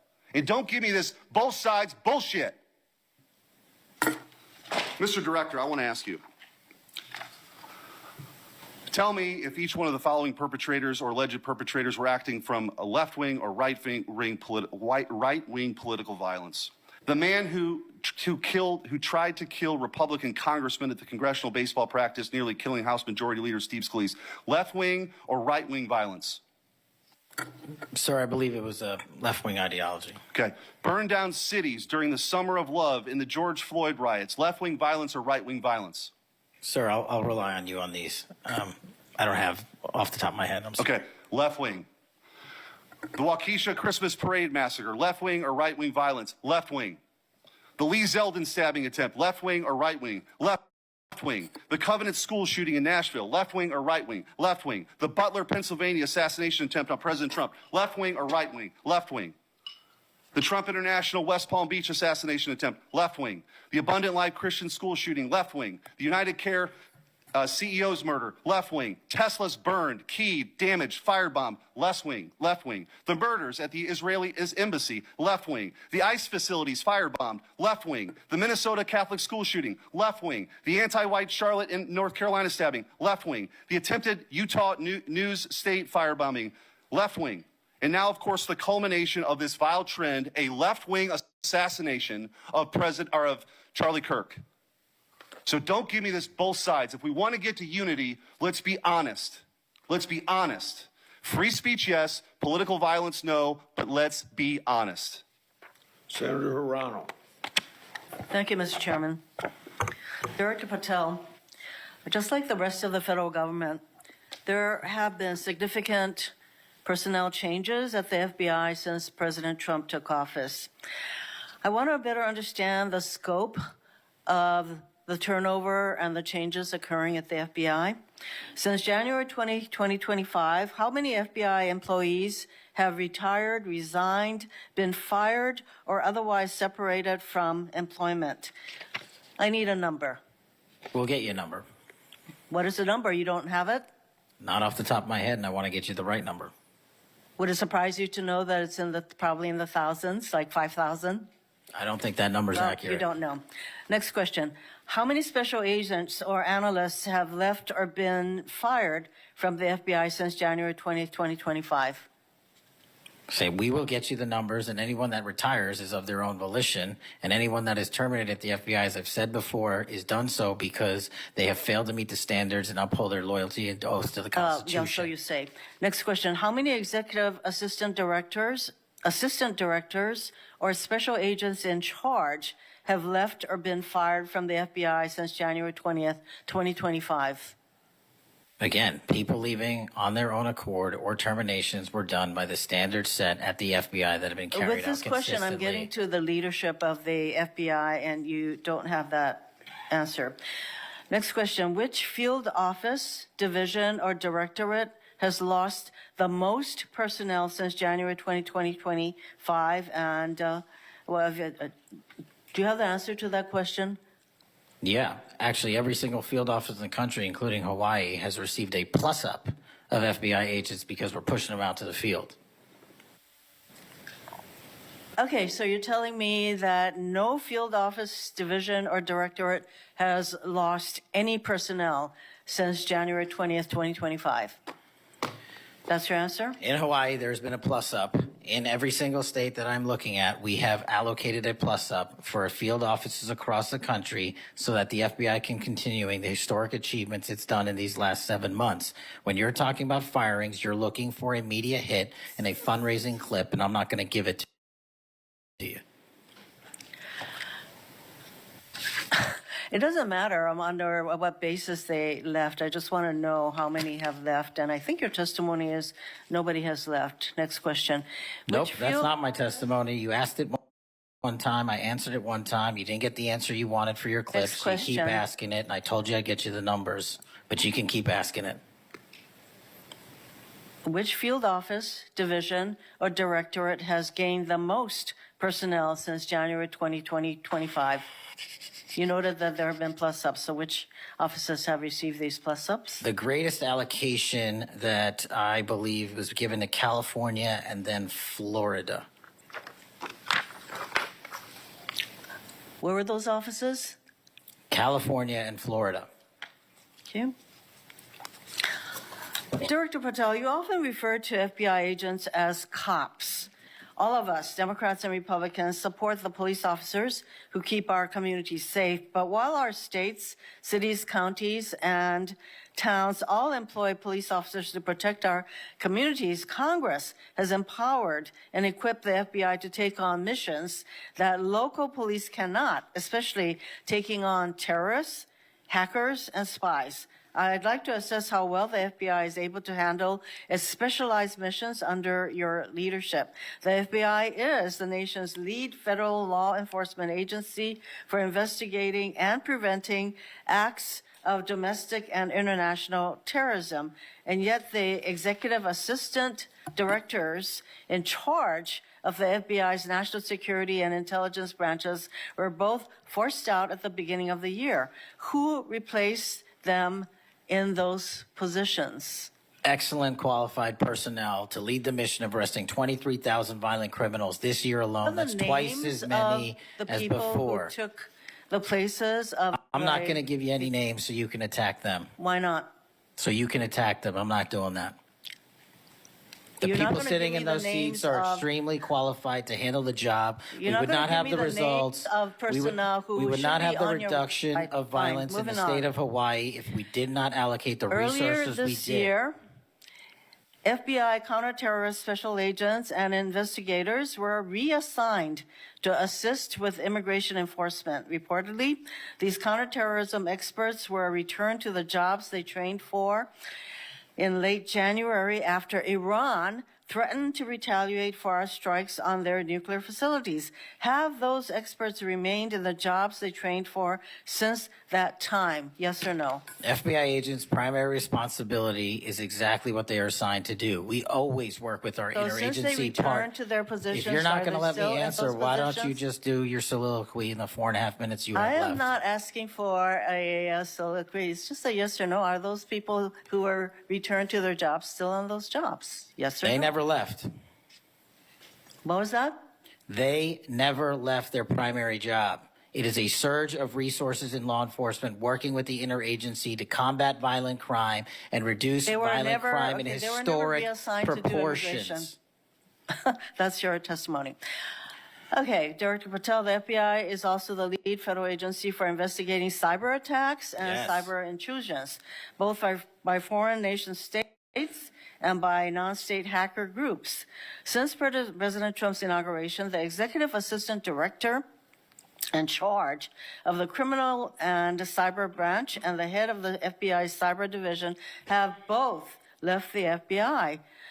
What are the names of the people who replace them in those positions? The cyber branch is one of the most impressive at the FBI. 409 arrests this year, 169 convictions. That's a 42% increase from the same time last year. It's that So branch, any Mr. suggestion that the FBI cyber division is not operating at full capacity and better than ever before, the leadership at the branch is implementing these changes necessary to attack the cyber and ransomware infrastructure operators You know for Iran, why China, they're and Russia. important? I want to know who has those positions, since the people who originally were there. Supremely Are no longer qualified there. individuals have those positions. Are they?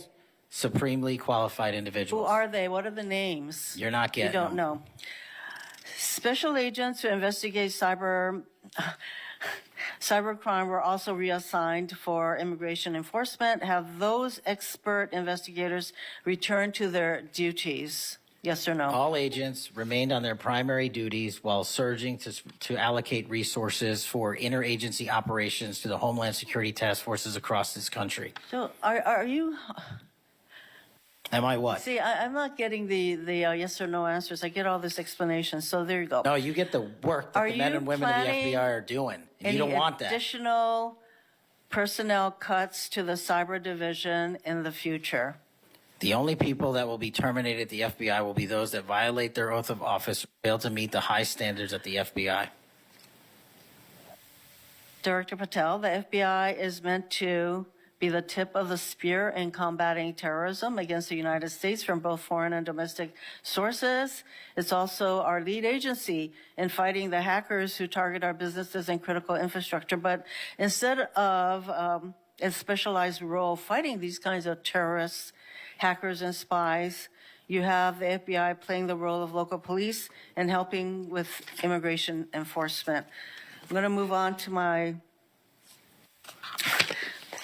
You know, you've been asked some questions about changes to your hiring standard, and including college degrees and possibly the age. But, you know, one question I had is,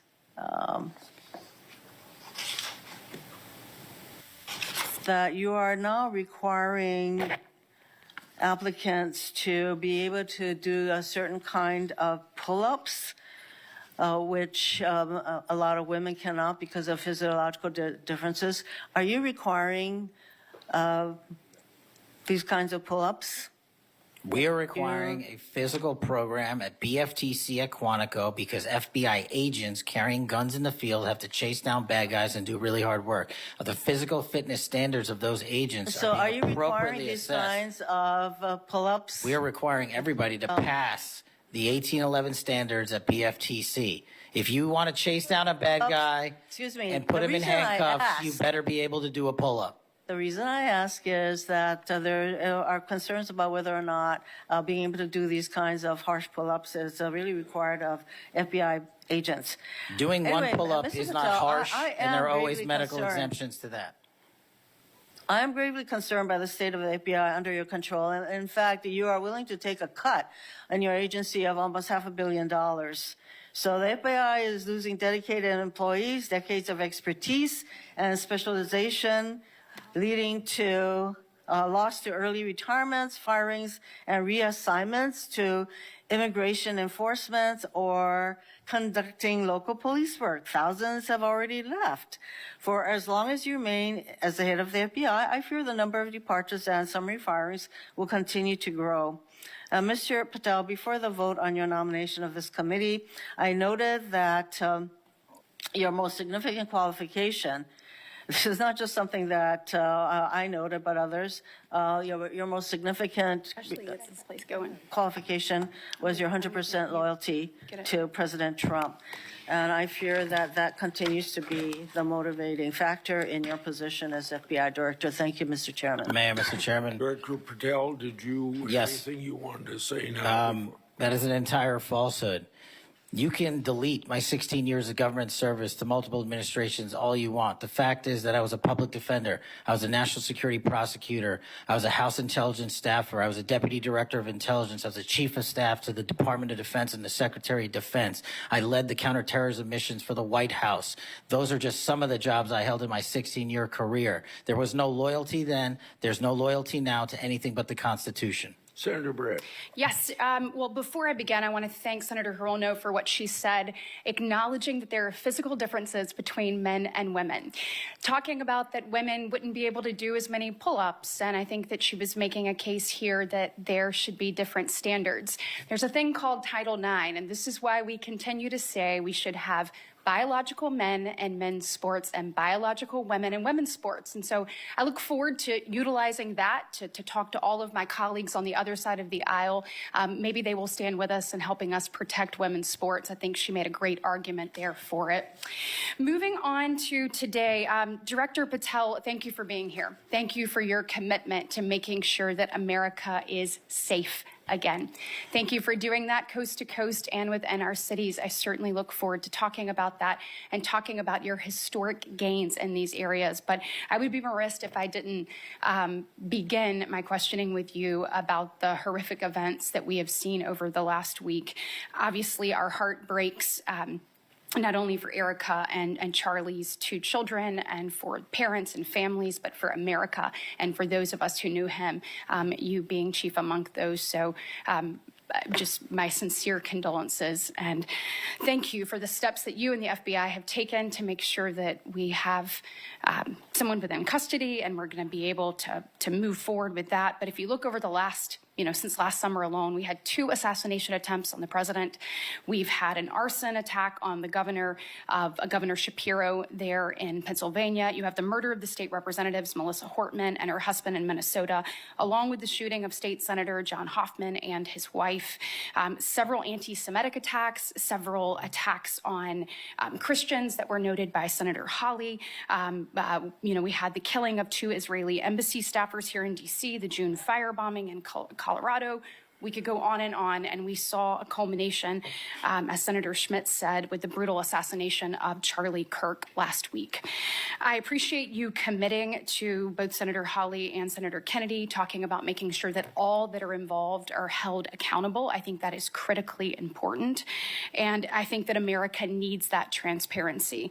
I want to read you some words of Vice President J.D. Vance. He said, "If we want to stop political violence like what happened to Charlie Kirk, we have to be honest about the people who are celebrating it and the people who are financing it."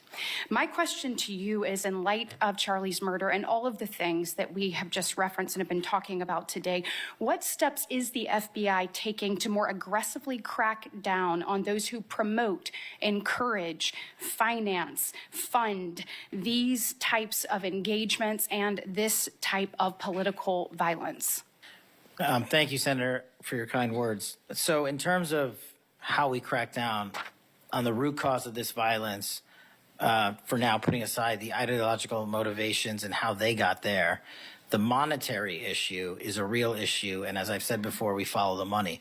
So we work with our partners at the Treasury Department to trace where the money came from, how these individuals paid for the training they received or the platforms they were using, and also how these individuals collectively got together in whatever groups they were on whatever social media sites they were on, to utilize clickbait to make money for their ideology. And so to trace all of those, we are using, not just in Charlie's investigation, but others, lawful process and serving 2703D orders on any entity that is related in any way financially to any of these criminal acts of violence. And we are going to hold them accountable with our partners at the Department of Justice.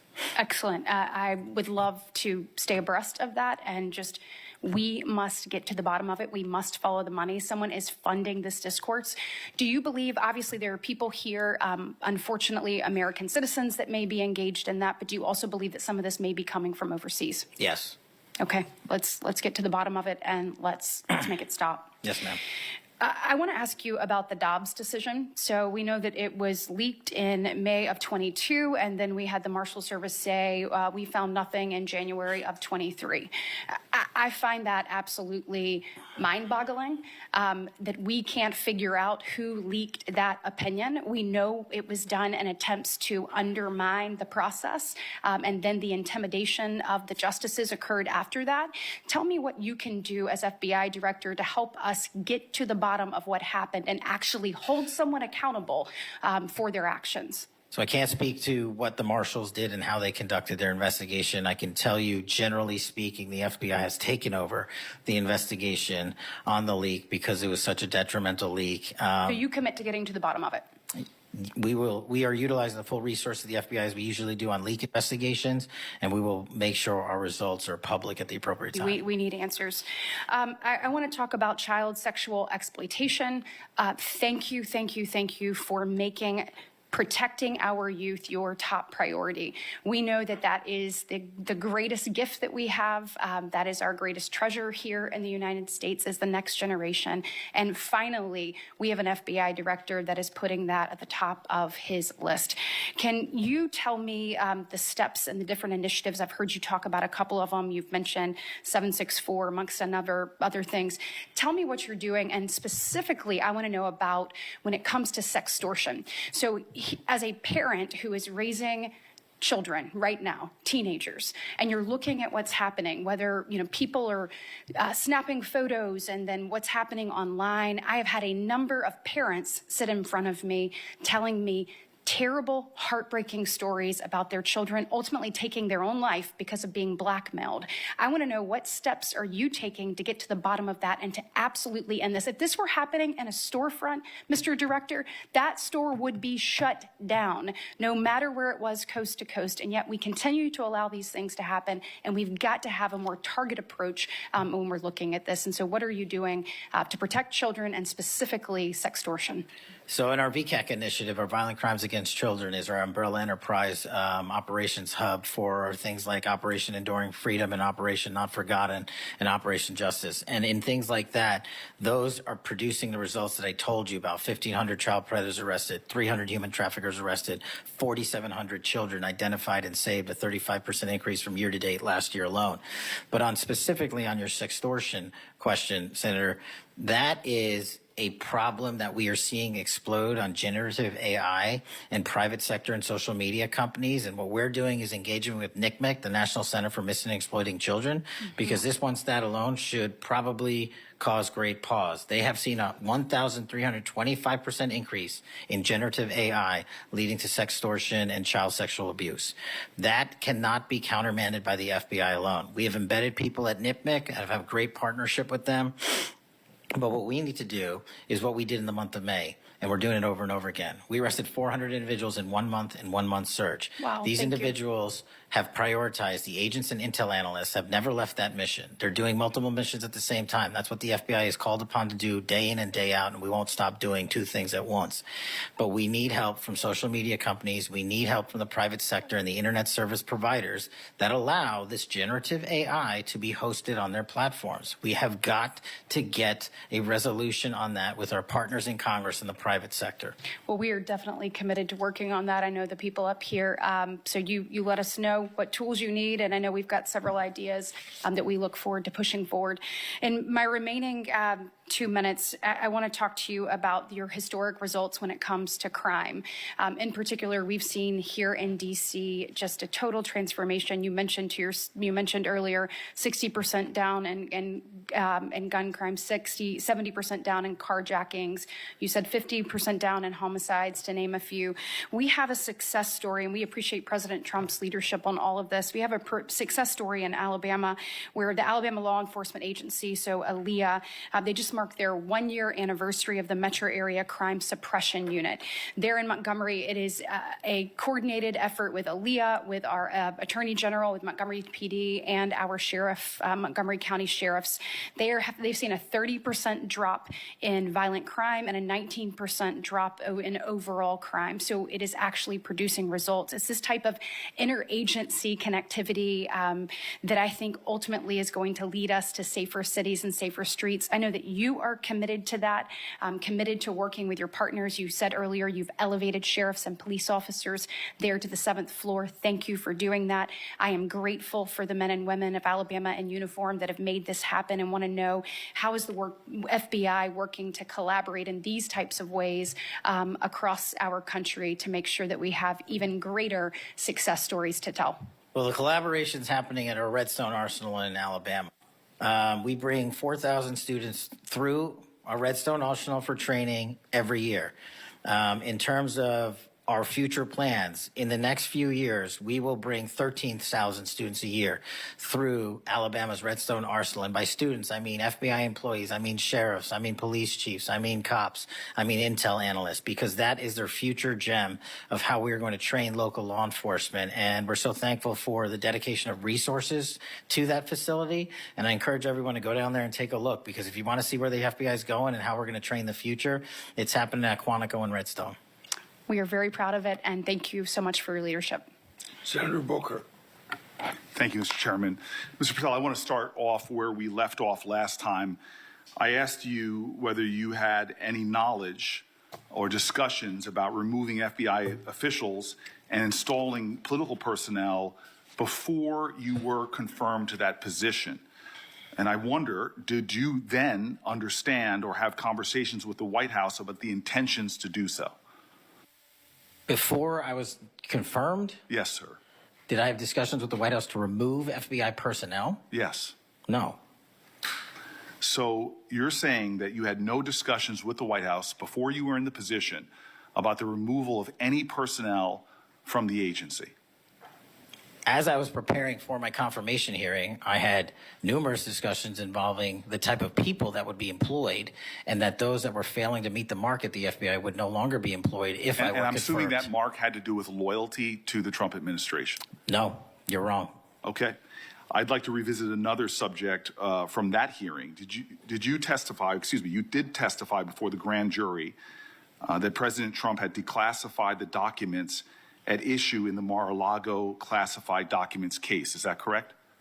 I don't have the grand jury transcript. That's why I released it. Whatever it says is the best evidence. You know, that's what you said to Senator Whitehouse, that your grand jury testimony was publicly released. It has not been. In fact, in July, a court denied a news outlet's bid to get that transcript. But the court said quite clearly that you are free to discuss your grand jury testimony. So I ask you again, did you testify before the grand jury that President Trump declassified the documents at issue in the Mar-a-Lago classified document case? And that is why I took your invitation to work with the department and the court to have that transcript released. And the transcript is the best evidence of what I said then. So you're saying right now this committee can have access to what you said before the grand jury? To whatever was released. Under my understanding, Senator, that the Department of Justice You and I released... both understand the law. Let me finish. I understand under Rule 6 of the Federal Rules of Procedure, a grand jury witness, in this case you, is not barred from sharing their grand jury testimony. This is an oversight hearing. This is germane to your integrity and credibility.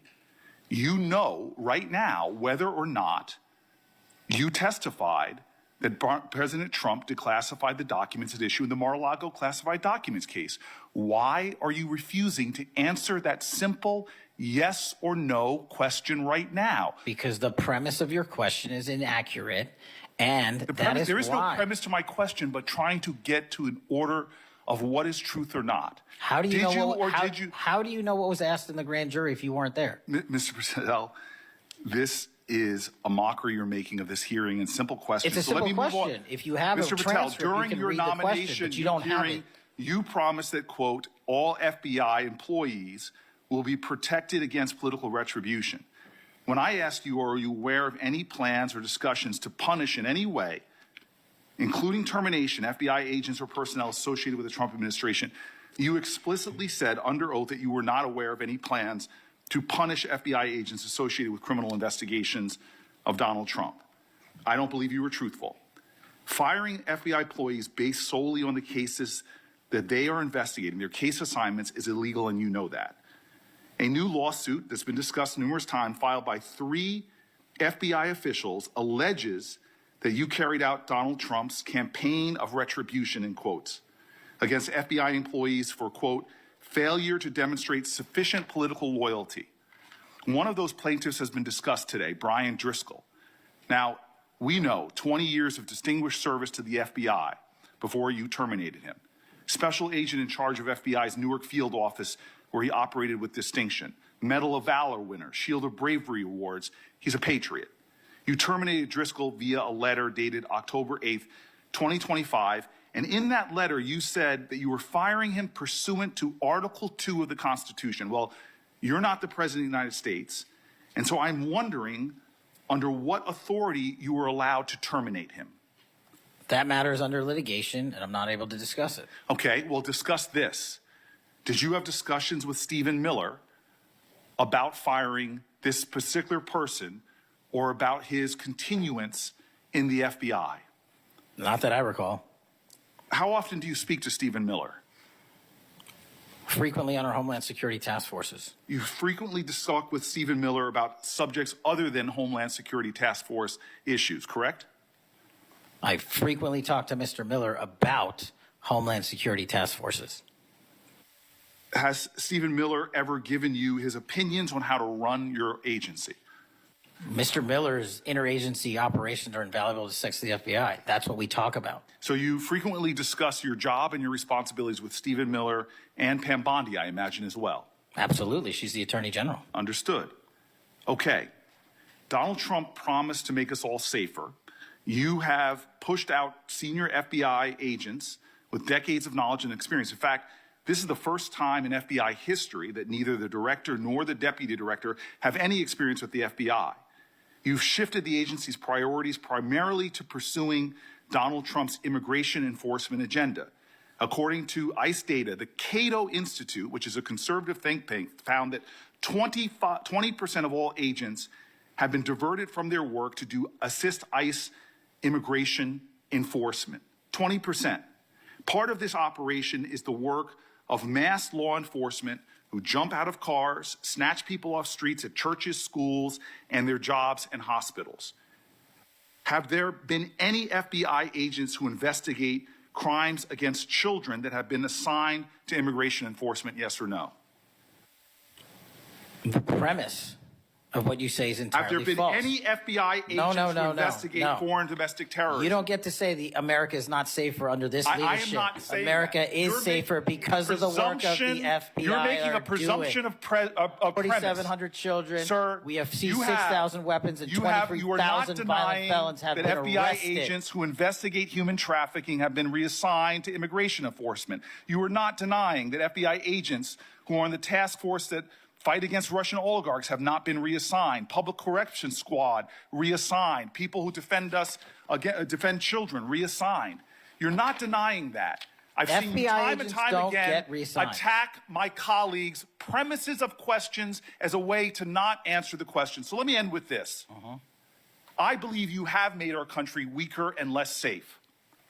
I believe that we are more vulnerable to a major event, and I pray to God it doesn't happen. You've gutted the Bureau of Institutional Knowledge and Expertise. You fired or pushed out seasoned FBI officials, many with more than 20 years of experience, and were working on cases that were critical. You've been purging thousands of serious law enforcement officials who spent their careers keeping us safe, only to lower hiring standards in order to find anyone to replace them. And shockingly, you admitted in this hearing to Senator Coons that it would take 14 years to fill the vacancies at your agency. Many are the result of your purge.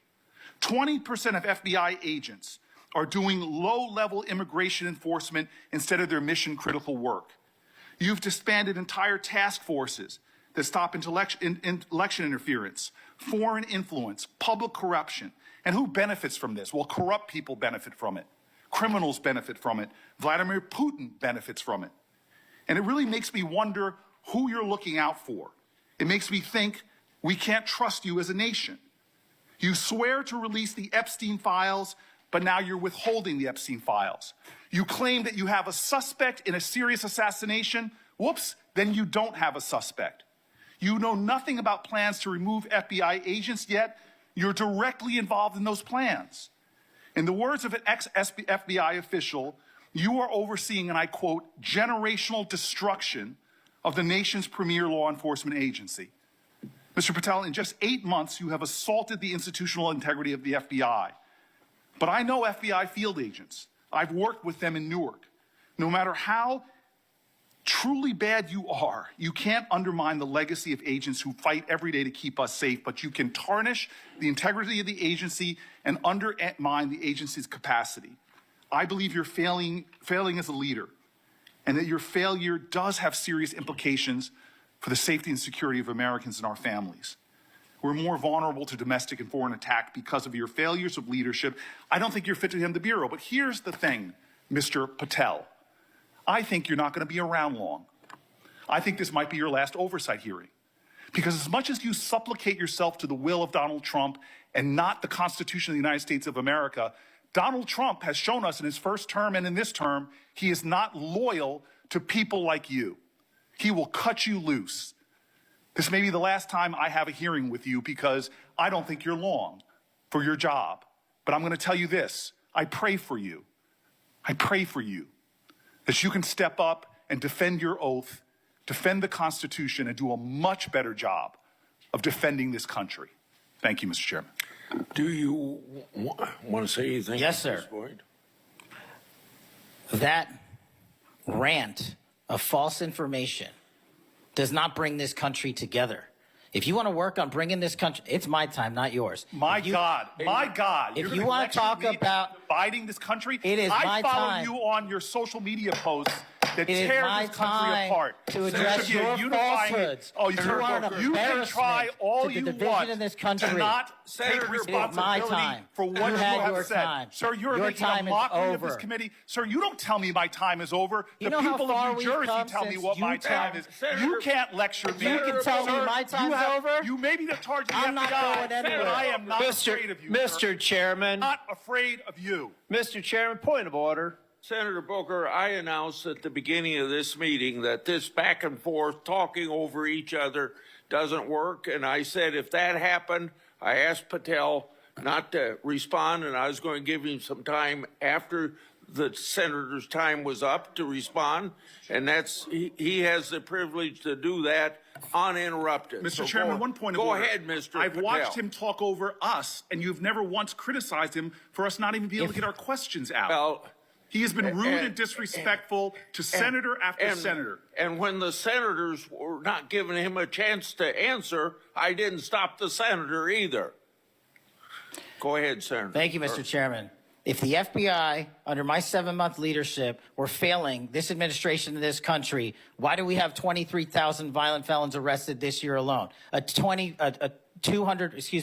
double increase from that time last year. Why is it that we have seized 6,000 weapons? Why have we found 1,500 child predators and arrested them? Why have we 300 human traffickers in jail? Why have we found and identified 4,700 children? Why have we seized 1,600 kilograms of fentanyl, enough to kill a third of the American public, a 25% increase alone from last year? 88,000 kilograms of cocaine seized, 7,000 kilograms of meth seized, and that's just on our criminal operations in summer heat. How is it possible that we are taking 8 kilograms off the streets of the cities in New Jersey and preventing the deaths of 607,000 people this year alone, a failure of the FBI and my leadership? How is it that we have counterintelligence arrests already this year exceeding the numbers from the entirety of last year? 33% increase in PRC, 83% in Russia, 60% in the CI space as it relates to Iran, and we haven't even talked about CT, the southern border, the northern border. Before Senator Cruz, I kind of feel like a broken record today. All this interest in FBI termination, yet my colleagues showed no intent or interest in when my whistleblowers suffered retaliation over the past years, particularly the past 4 years. Indeed, one whistleblower has alleged that Brian Driscoll's insubordination, whether an agent is on a hot button case or not, they ought to be held accountable for misconduct and weaponization. Senator Cruz. Thank you, Mr. Chairman. You know, I have to say, it used to be that to see theater, you had to go to the Kennedy Center. Now, apparently, you need only go to the Senate Judiciary Committee and see our Senate Democrats berating the director of the FBI, which, okay, it's not, partisan politics is not new in the United States Congress. But what is remarkable is what Senator Booker was berating Director Patel about. He wasn't berating him for failing to do his job, but rather he was furious for Director Patel for successfully doing his job. For 4 years, the Democrats under Joe Biden had an open border that undermined the safety of every single American. They allowed 12 million illegal aliens to come into this country, to invade this country, and every single day Americans were murdered, women were raped, children were assaulted by violent criminals that Democrats released. Now, Director Patel, I found Senator Booker's questioning really bizarre. He asked you, have you reassigned FBI agents from human trafficking to immigration issues? Director Patel, are the Mexican cartels that are bringing people illegally into this country engaged in human trafficking? Yes, sir. What the hell does it mean to reassign someone from human trafficking to immigration? The greatest human trafficking in the world has been over the last 4 years at our southern border. It is modern-day slavery that the Democrats still defend. They still defend those open borders. Mr. Patel, he also said, did you reassign FBI agents from protecting children to immigration? How many children have you found that were victimized by the open borders of the previous administration? 4,700. 4,700. And yet, oddly, I don't hear a Democrat here saying, gosh, thanks for protecting those kids. 35% increase year to date last year.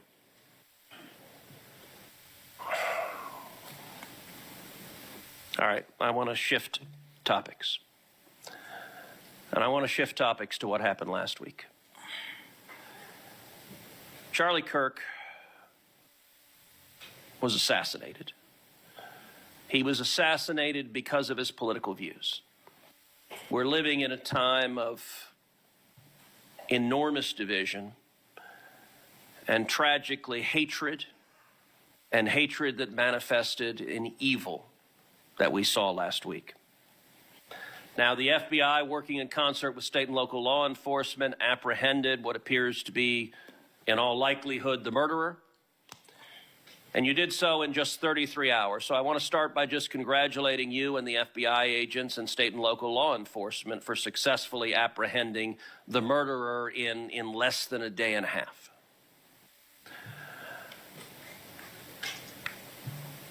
In the wake of that assassination, we have seen far too many people on the left celebrating the assassination. We've seen Democrats, we've seen activists cheering it on. We've seen, tragically, teachers in high schools, teachers in elementary schools, university professors cheering on the murder of Charlie Kirk. You and I both knew Charlie well. He was a good friend. He was an extraordinary man.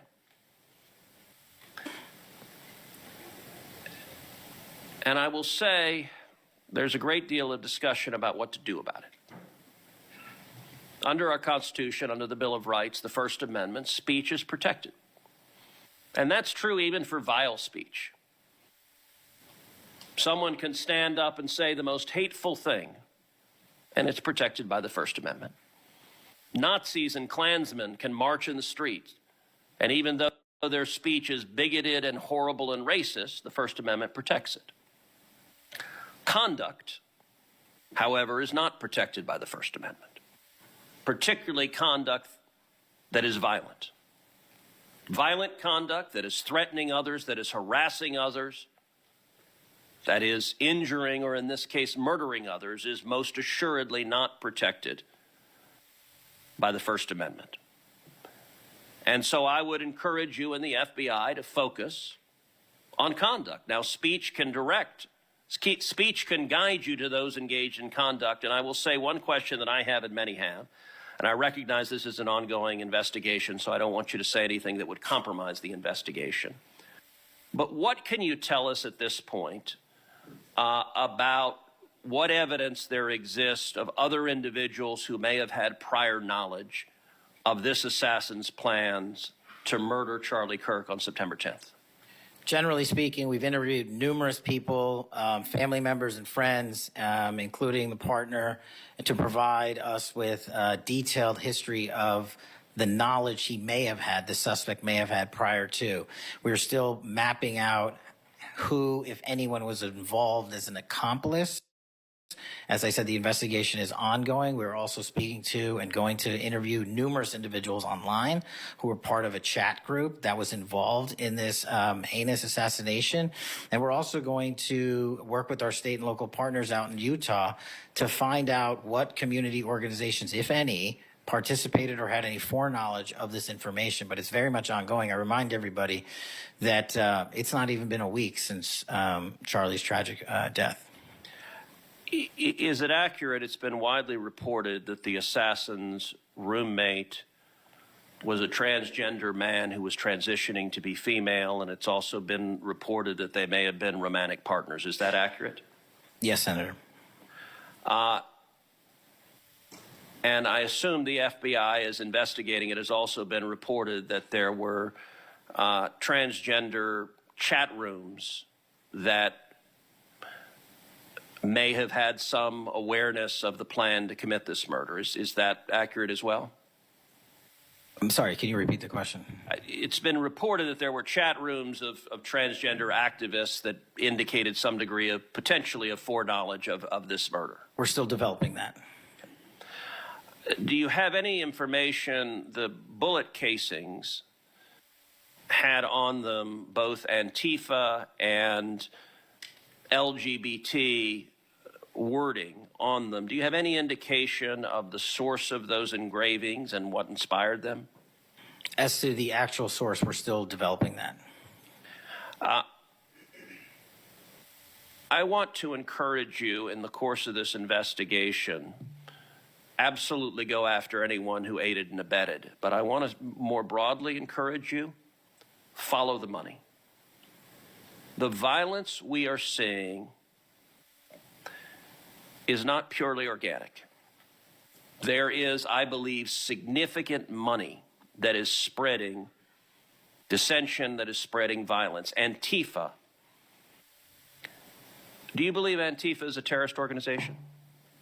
I believe Antifa is associated with a lot of violence in this country. As to its designation, I'll leave that to the appropriate authorities. So I would encourage the administration to designate Antifa as a terrorist organization, to go systematically after Antifa. They've committed acts of violence all over the country.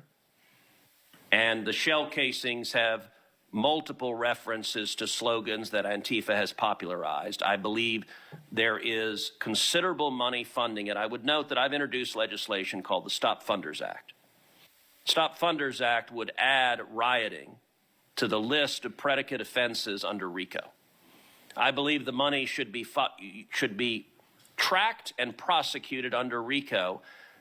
And both the Antifa and Black Lives Matter riots of a couple of years ago and the pro-open border riots in Los Angeles and other cities of this past year, I believe there was significant money behind those riots. I'm not the only person who noticed at the anti-Semitic protests and violent protests on college campuses that many of the tents all matched. And so I would ask, would it aid your ability to prosecute these matters if Congress passed into law the Stop Funders Act and if rioting was added to the list of predicate offenses for RICO? Yes. Talk to me about the efforts of the FBI to go after the funders of the anti-Semitic protests on college campuses, the pro-open border protests in cities, and potential LGBT violence. Talk to me about the efforts to go after the money of those who are funding and promoting violence. As I've always said, Senator, money doesn't lie, and we've been following the money. And so that's what we're doing, issuing lawful process to organizations involved with criminal activity, because the money's got to come from somewhere, and it has to be funded somehow. So we have extensive investigations ongoing into numerous organizations that are related to violent criminal activity. Cutting off the money will make America much safer, and that is the core job of the FBI. And I thank you for doing your job. Senator Padilla. Thank you, Mr. Chairman. Mr. Chairman, glad to be on this committee and take our responsibility seriously to conduct oversight of the FBI, obviously one of the most critical law enforcement agencies in the country.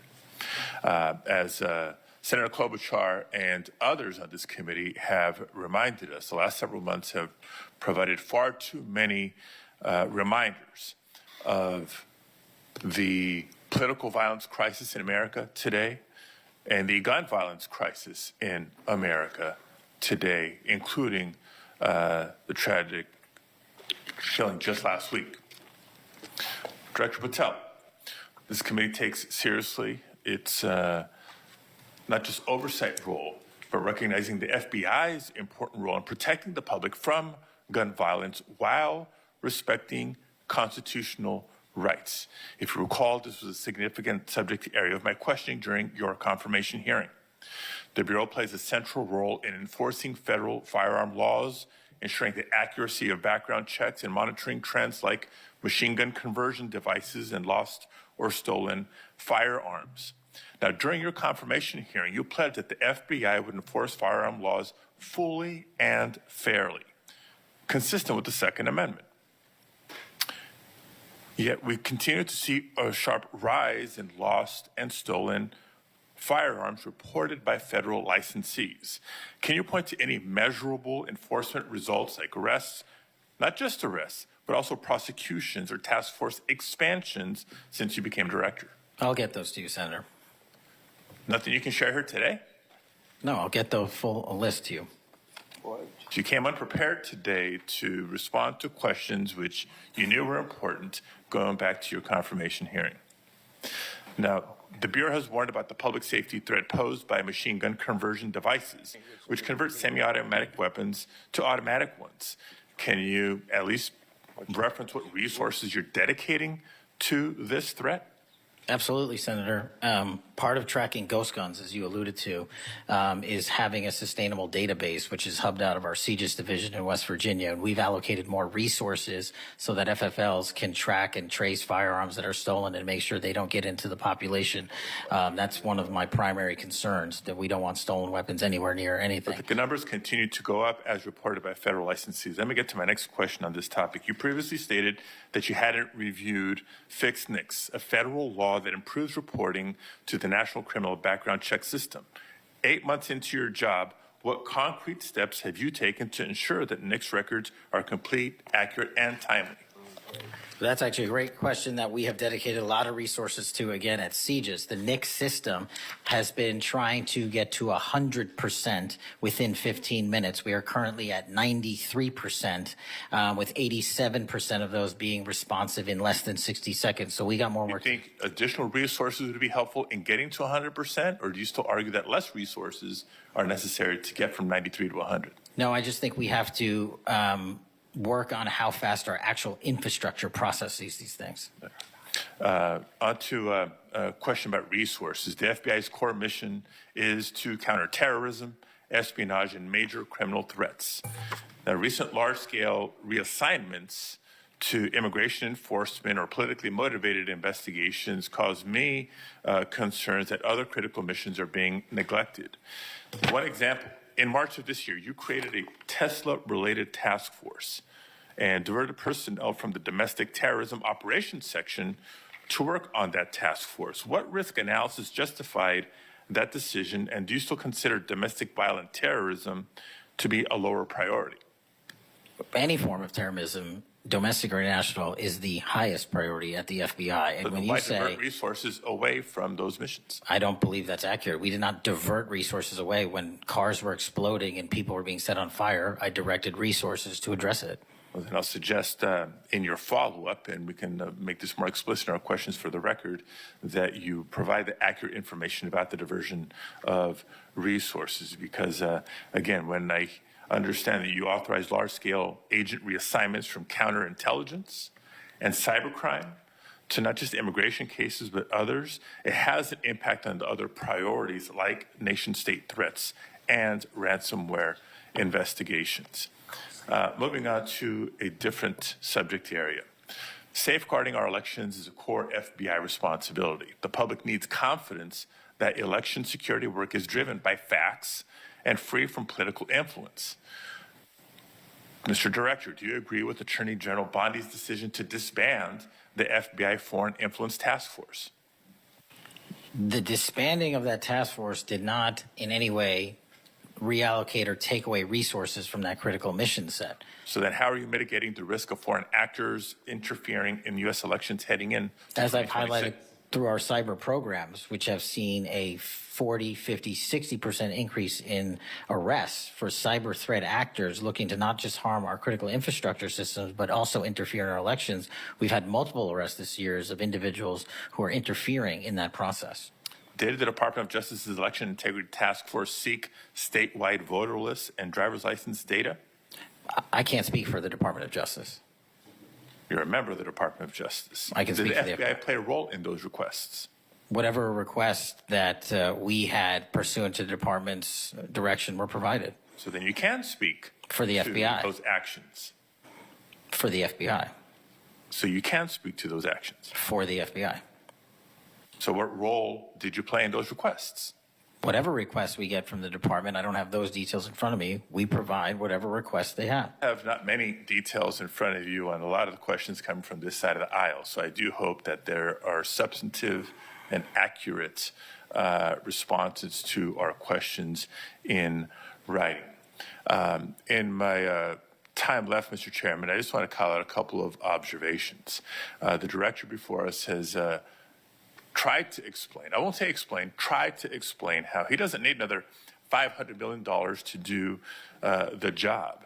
And specifically that even if the FBI had an additional $500 million, it would take years. I think he referenced 14 years to fill the vacancies. But in the meantime, relying on partnership with local law enforcement to fulfill the mission of the Bureau. As we've discussed in other hearings and in other committees, by the way, given this immigration mass deportation agenda of the administration, the FBI is not the only one leaning on local law enforcement to do the job.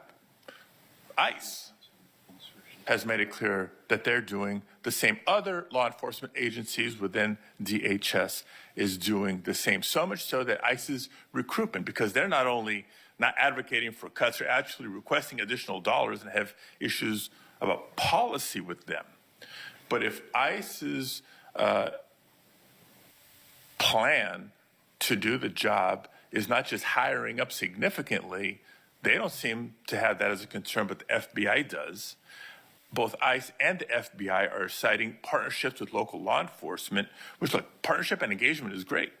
But having come from local law enforcement at the outset of my public service career, I also know that capacity and resources at the local level are strained, particularly in times like this. And when ICE is going on a hiring spree, and you have local law enforcement agencies worried about their ability to recruit and retain local law enforcement officers and not losing them to the federal government, then our reliance on those local law enforcement agencies is a perilous strategy to take and could undermine local law enforcement's ability to address crime at the local level, whether it's white-collar crime, organized retail theft, violent crime, et cetera, et cetera, et cetera.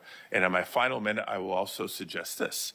Director Patel has referenced earlier in the hearing that one of the most significant value addeds of partnering with local law enforcement is that they have the best intelligent, they are the best intelligent source. Is that correct? For on the ground.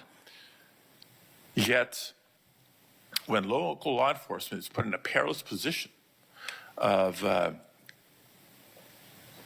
being in a role with this mass deportation agenda, which is consistently overreached, has been found to violate the law and the Constitution, and has undermined public confidence in law enforcement, not just by immigrants, by the way, but especially immigrants. When immigrants are victims of crime and are afraid to come forward because they don't know what law enforcement is going to do with their information or not, when immigrants, legal or undocumented, are witnesses to crime and are afraid to come forward with that information because they don't know what's going to happen with their information or not. That undermines the credibility of law enforcement with the community and undermines the intelligence, Director Patel, that you say are the best source of intelligence when it comes to law enforcement. So it's shaky, it's worrisome, and in my opinion, overall, You are failing to live up to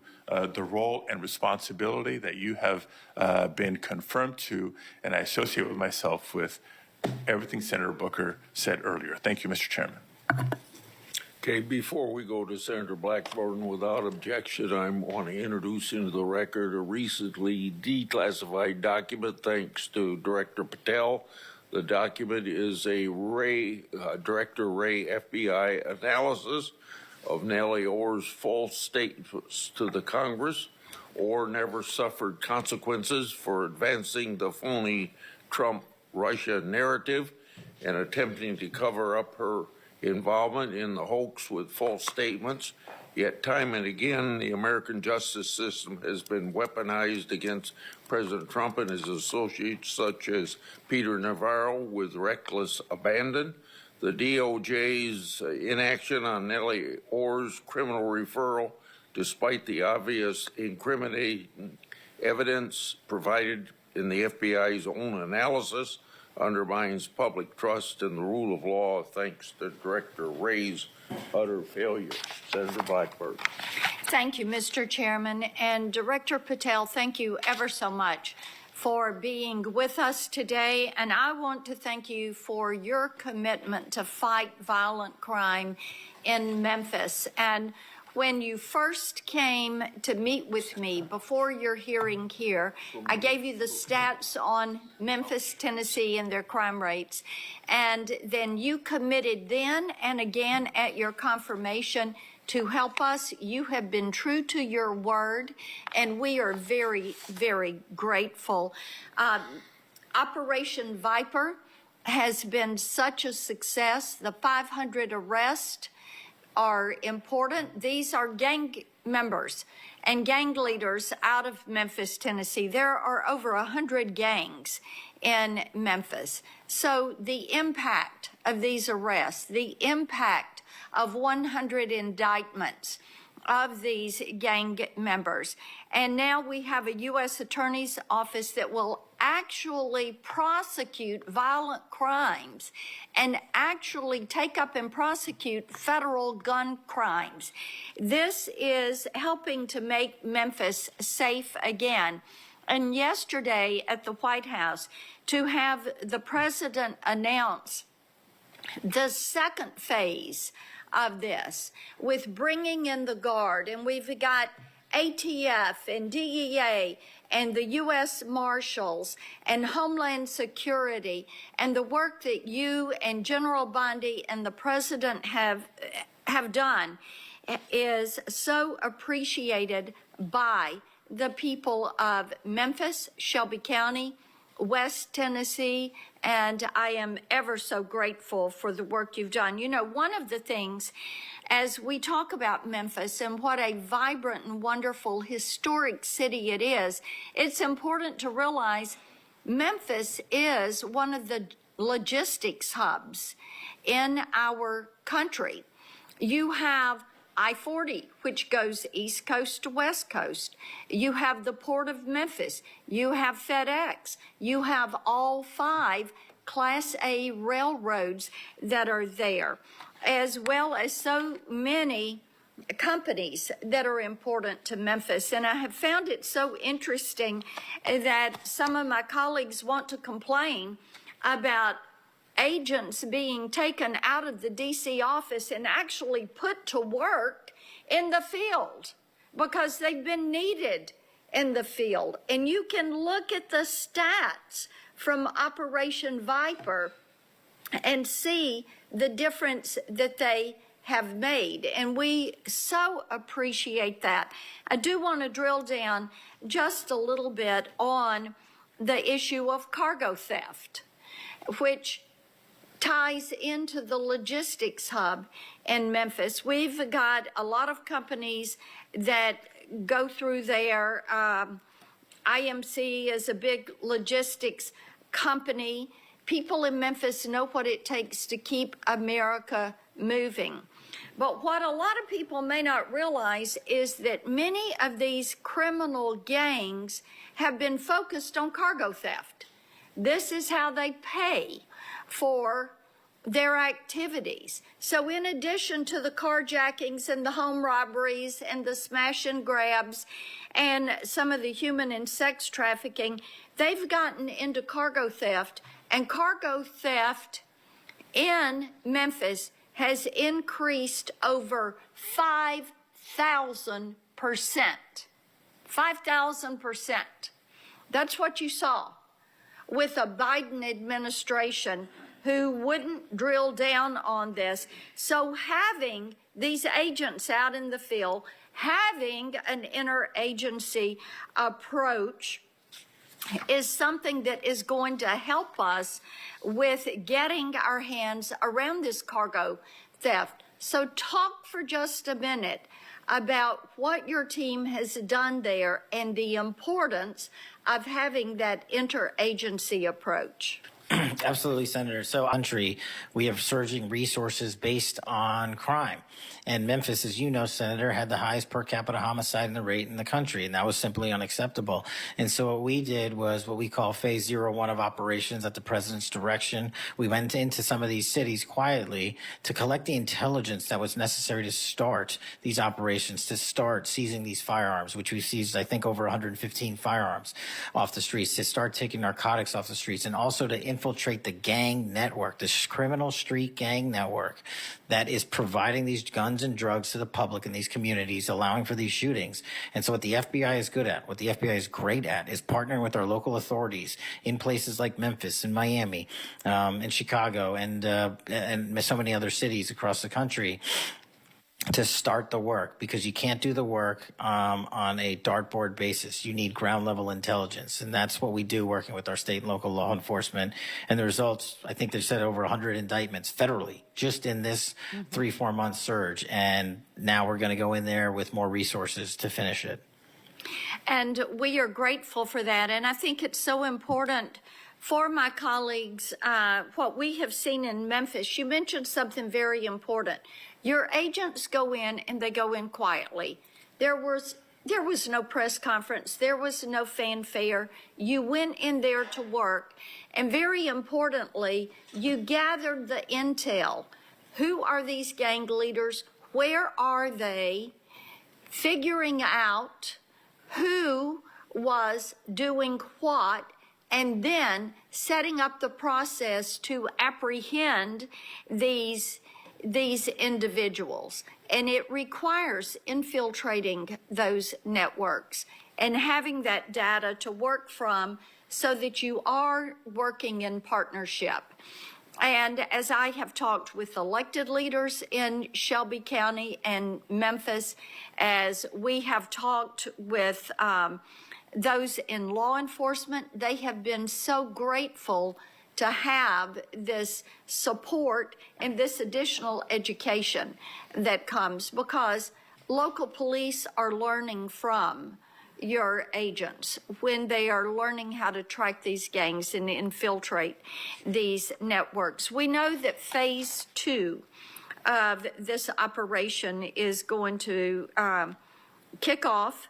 The Guard is going to be there to support the Memphis Police Department to help them kind of catch up, because they still have a lot of people on their board. They know who they are, where they are, what they're doing. They want to apprehend them and bring them forward. So talk a little bit about how phase 2 is going to continue to work to support the law enforcement efforts in Memphis. Well, it's just like what happened here in Washington, D.C. It takes a whole of government interagency approach where we're working with the Attorney General, the DEA, the ATF, the U.S. Marshals, Department of Homeland Security, because each one of those agencies has specialized capabilities. And when we surge together to work off of the ground level intelligence that was collected, you see what happened in Washington, D.C. here. And that's the next phase of it, because you are able to utilize the National Guard to set up border perimeter operations. So when you go into an area, you have the secure workspace to get in there and stay in there. The key here, Senator, is sustained criminal investigations and sustained prosecutions that clear Memphis, like we did Washington, permanently, and leave behind a blueprint for what local law enforcement can do with our federal partners to sustain that. We don't want to go backwards, and that's critical, but we're in the next step. Sustaining it will be the last one. Well, and we certainly appreciate that. I do want to touch on Operation Restore Justice. And Senator Britt mentioned some of this very briefly. And I know that you and A.G. Bondi have done a tremendous amount of work in protecting children. I appreciate that. And we passed my Report Act last year, and President Biden signed it. And this does require social media to report to NCMEC so that we can have these perpetrators followed up with and apprehended. That's a good start. We're still trying to get the Kids Online Safety Act passed. That has been a bipartisan effort. We have looked with disdain at what has happened with Discord and Charlie Kirk's killer, alleged killer. Talk for a moment about what else Congress ought to do in order to give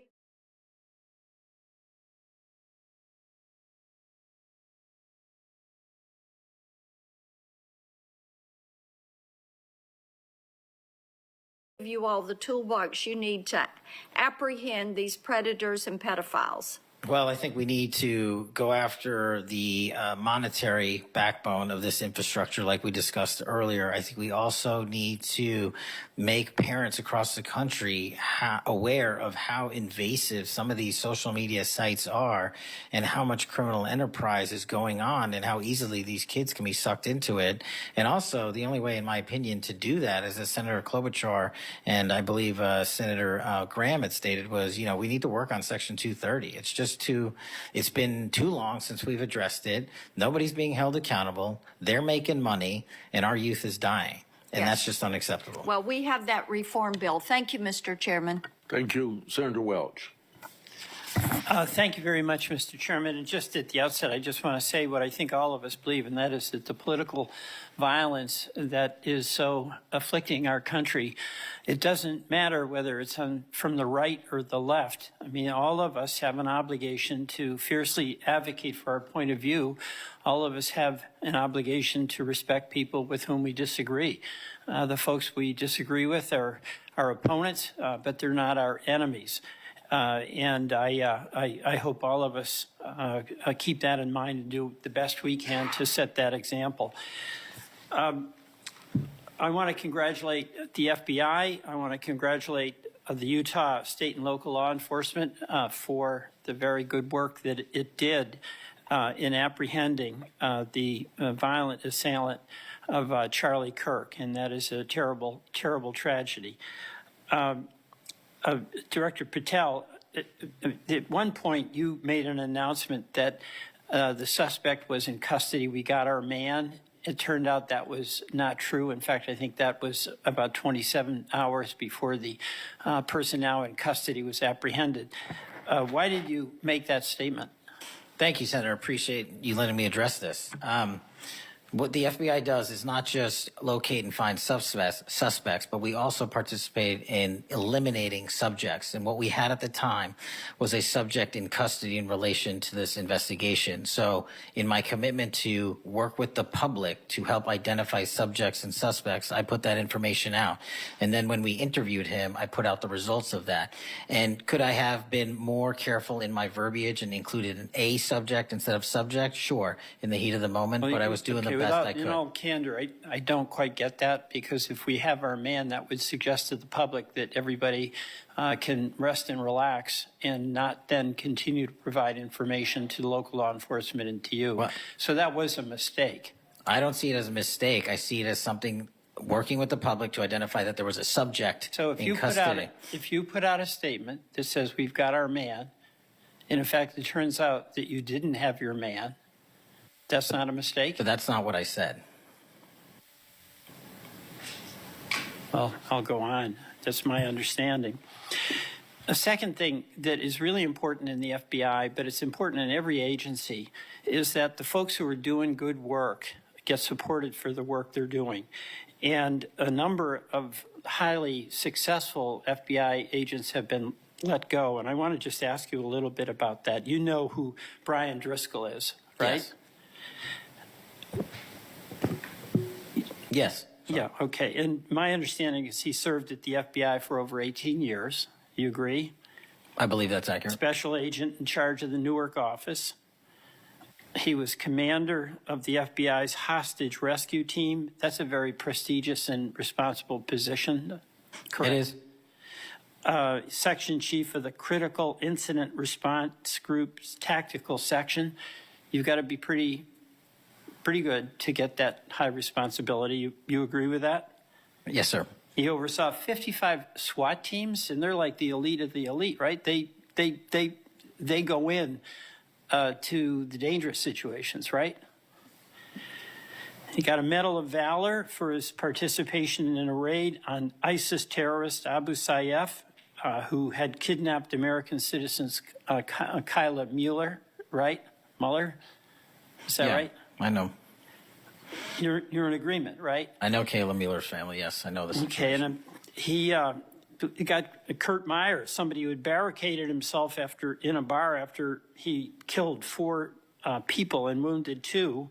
And Driscoll was part of the team that went in there and took that guy out, right? I don't have all the details, but I'll take your word for it, Senator. And he got into trouble when Emil Bove demanded a list of FBI agents who investigated January 6th and was apprehensive that what did happen ultimately would happen, and that is those folks would get fired. I mean, do you agree with me that a boss who stands up for his subordinates when they did the job that was asked of them is a stand-up person and somebody to be admired? Generally speaking, yes, sir. Pardon me? Generally speaking, yes, sir. But Driscoll got fired, right? Again, that matter is under litigation, and the matter you referenced occurred before I was director. Let's just keep it fairly narrow here. He's fired, right? Yes, he was terminated. And he has to be, there's somebody communicates to him that he's terminated, correct? That's my job. That's your job. So you communicated to him that he was fired. I did. So, I have a hard time with this because that record suggests to me that this person is like worthy of consideration for the Presidential Medal of Freedom, and he got fired. But there's also a record of other information that was available, and now that this matter is pending litigation, we will get that out in due course. But as you can agree. So you've got, quote, other information that you see as a valid basis to fire somebody who, from what I can tell, had an absolutely outstanding record and who crossed the threshold of getting in trouble because he was standing up for agents serving under him who did work that was assigned to them that happened to be related to the January 6th uprising. Again, you're correlating based on your information the reasons for his termination, and I'm telling you. No, that's right. Let me ask you another question. When you were here, you were rightly critical, not here actually, I guess it was on Cash's corner. You were rightly critical of the way that the previous FBI director used the FBI jet. And you said you wanted to ground Chris Wray's private jet travel that he pays for with taxpayer dollars to hop around the country. Let me ask you this. On the weekend of, according to flight tracker data, on the weekend of March 7th, an FBI plane flew round trip from D.C. to Las Vegas, and you attended a UFC fight with Mel Gibson, and I'll show you that. Is that you, and is that true? Yeah, you want to know the difference? I live in Las Vegas. I'm allowed to go home. I didn't leave a congressional hearing early on an FBI jet to dodge questions. All right. Then on April 5th, you attended a hockey game in New York City. You don't live there, right? No, I don't. By the way, everyday FBI agents who are assigned in Washington don't get to fly home on a private jet. Well, this is a great point. Do you know why I have to use a private jet? Because Congress made it mandatory. Okay. In April 5th, well, we didn't make it mandatory that you go to UFC games with Mel Gibson. Are you telling me I can't go home you got to use some judgment here. So when I'm at Beth, home, you I would- can't do what I'm doing when I go home. Everybody else is allowed to go home, Let just me not keep me. going. No, I'm glad you go home. I Okay. love to go home, but I don't go home on a private jet. On April 5th, You're not mandated to do so. You attended a hockey game in New York City with Wayne Gretzky, and Flight Tracker says the FBI jet took you to and from New York City, where you don't live, right? That's correct. And on April 12th, on the following weekend, you attended a UFC fight in Miami, also on the FBI jet, right? That's correct. So what's the cost to the taxpayer for those 3 flights? But I pay the commercial equivalent per the regs and the law. And so just so you know, when you are comparing me I to just prior asked what directors. I asked what the cost was, and you don't know. I take it. Yeah, and what I've done with the use of the private jet is use Andrews Air Force Base versus Okay. Reagan National as what the other directors have done Bottom line to here, save the taxpayer bottom dollars. line here, you flew home to Las Vegas. There's nobody else in the FBI who gets paid. They have to pay their own way if they want to go home, right? I mean, right? Well, that's not accurate. Depending on where you're stationed, the FBI covers the bill to get home. So are you telling me that FBI agents who are assigned in Washington, but who may live in Charlotte, they get paid by the FBI to Sometimes go home? they do, yes. All right. Another thing I want to say is this. You know, our local law enforcement has been stiffed. About $500 million in COP grants have been taken out of the budget. Those really help us in Burlington. They help us in Rutland. They really are important. And why in the world would we be cutting those COP grants when we need that local law enforcement, in part to partner with you? Well, I think Do you support that? I think you're speaking to the Department of Justice grants, which I don't adjudicate, but also Vermont, just like every other state, has received a plus-up of FBI personnel. Well, I'll tell you, that's not what we're seeing. The other thing, my understanding is that there's a requisition or an effort to get another plane for the FBI that would cost about $72 million. Is that right? That's inaccurate. The FBI, because the jet, as you call it, is not my jet. We use it for operational needs. We use it for FTOCs. We use it for HRT. But that's the one you fly in, right? We have multiple fixed-wing assets, and one of them is on a wildly expensive lease that I deemed a waste of money, and I'm looking for a replacement in which the government can procure assets permanently. Well, I would welcome you submitting to this committee the cost information about the jets that are under consideration. And according to our research, the specifications that are included in this request would result in an expenditure of between $72 million and $80 million. That's inaccurate, but I'll happily get you the right I numbers. welcome getting the specific information. Absolutely. Thank you. Mr. Chairman, I yield back.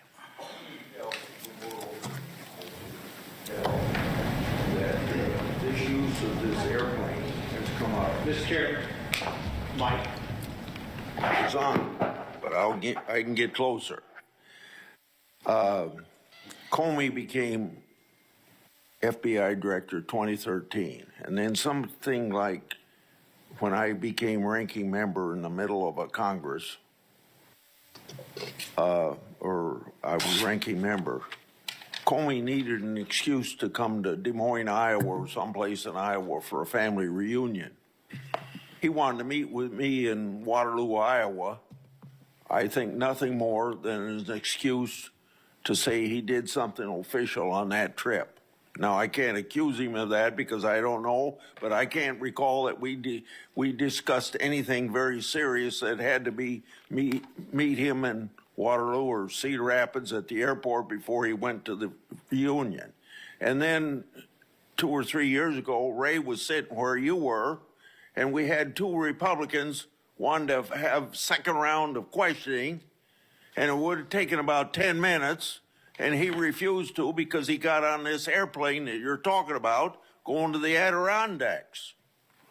So I find it interesting that my Democratic colleagues seem to bring up about your use of the Justice Department planes, yet my Democratic colleagues didn't seem too interested about my oversight of Ray's use of the plane. I didn't hear a peep. So my Democratic colleagues need to be consistent.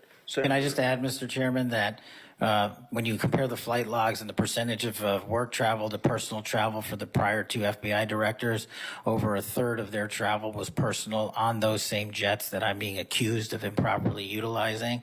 My mark is far less than that. Also, both of those directors use Reagan National Airport, which has landing fees of $5,000 to $10,000 because they didn't want to drive 25 minutes to Andrews. We take off and land in Andrews every single time because it's cheaper, and we do so because it saves the taxpayer dollars. Those are the things we are doing to make sure that we are good stewards of taxpayer dollars. And also, any new acquisition of an airline or a fixed-wing asset for the FBI will specifically meet the needs of the demands of the foreign FTOC operations and hostage rescue operations in our critical infrastructure programs. Senator Moody. Thank you, Chairman. Appreciate it. You're very patient. I am very patient. You're very patient. I'm new here to the Senate, and I watch what you have to go through as chairman, and we thank you. A lot of what we're talking about today, and you've been questioned about, was uncovered because of our chairman and his service to this committee, and I want to thank him because he's uncovered a lot, especially during the last administration, where many of our federal agencies went far off their mission. And I believe we wouldn't have as much information as we do if it wasn't for our esteemed chairman. So I wanted to publicly thank him. And being the newest member of Judiciary, I am so grateful to be here because sometimes I'm wondering if some of my colleagues on the other side of the aisle don't know what they're talking about, or if they're ill-intentioned and purposefully trying to gaslight not just the American public, but other people in law enforcement and agencies that you're working with. So as a former attorney general, as a former federal prosecutor, as a former judge, as the wife of a law enforcement officer, both federal and state over the course of his career, I would like to clarify a few things and give you the opportunity to highlight some of the things that the FBI is doing. And two of the things I heard thrown out there, and by the way, it was when some of my colleagues would breeze in just in time to rail on you and spout out misinformation and narratives that have no grounding in reality to criminal justice, and then breezed right out as soon as they were done. And I think that it does the American public more good when the oversight function of Congress allows for you to comment in a way that makes sense and is grounded in reality. So let's first talk about the reason why we are having to reassign, not just in the FBI, but in other agencies, criminal justice agencies, federal agents to accomplish different things, as has been done historically throughout our country. When we get into office, we have to examine and triage the threats facing this nation, threats facing Americans, and then allocate resources accordingly. I guess you are to be judged negatively because you are trying to reallocate the resources of the FBI to fix what the Democratic administration prior to this under Biden broke. So let's talk about the reassignment of federal agents and why that has been necessary. Would you say that the majority of assignments has been made because we are facing unprecedented levels of violence, both because of the unvetted surge of anywhere from 11 million to 20 million people across our border in the last 4 years, and because of the woke, weak, insane policies that have been pushed into states and cities around this nation by the left? Absolutely. And so I hear you being grilled because you have rightfully pushed resources where they needed to go to protect the American public.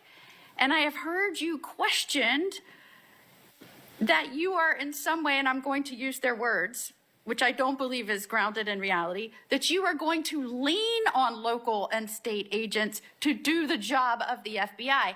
might it be recharacterized more accurately in that you are partnering with local and state agencies in these areas, especially where these policies that the Democrats support wholeheartedly, in fact, they frustrate our efforts to try and beef up our laws with good criminal justice policies at every turn, and then come in here and get on you for, by the way, you've been here 7 months, so I know that in the 7 months, you didn't break it, they broke it over the last 4 years, but it isn't more accurate to say that you are using the federal government and its agencies, or its agents and its resources to supplement and amplify law enforcement efforts in these areas, cities and states where the Democrat policies broke them. It's been an integral part of my tenure to use local and state partnerships. I say it everywhere I go. We cannot do the work without partnering with state and local authorities in every single state and every single county in this country. And why we pushed out to the field is simple mathematics.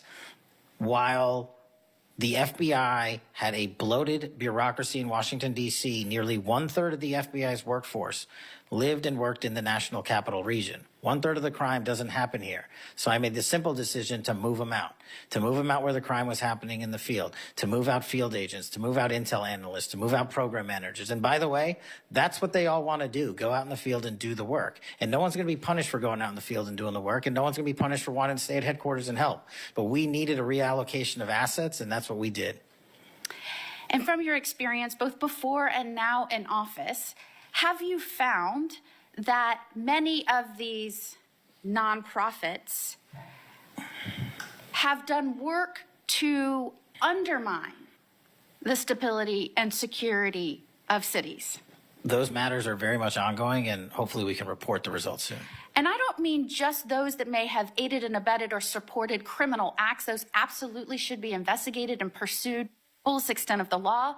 And I hope that we follow the money trail, as some of my colleagues have suggested. I also want to get your opinion about the nonprofits that are working to get elected and then push criminal justice policies that have made our cities and states less safe. Specifically, I'm going to push out all of the things that they espouse make the cities stronger.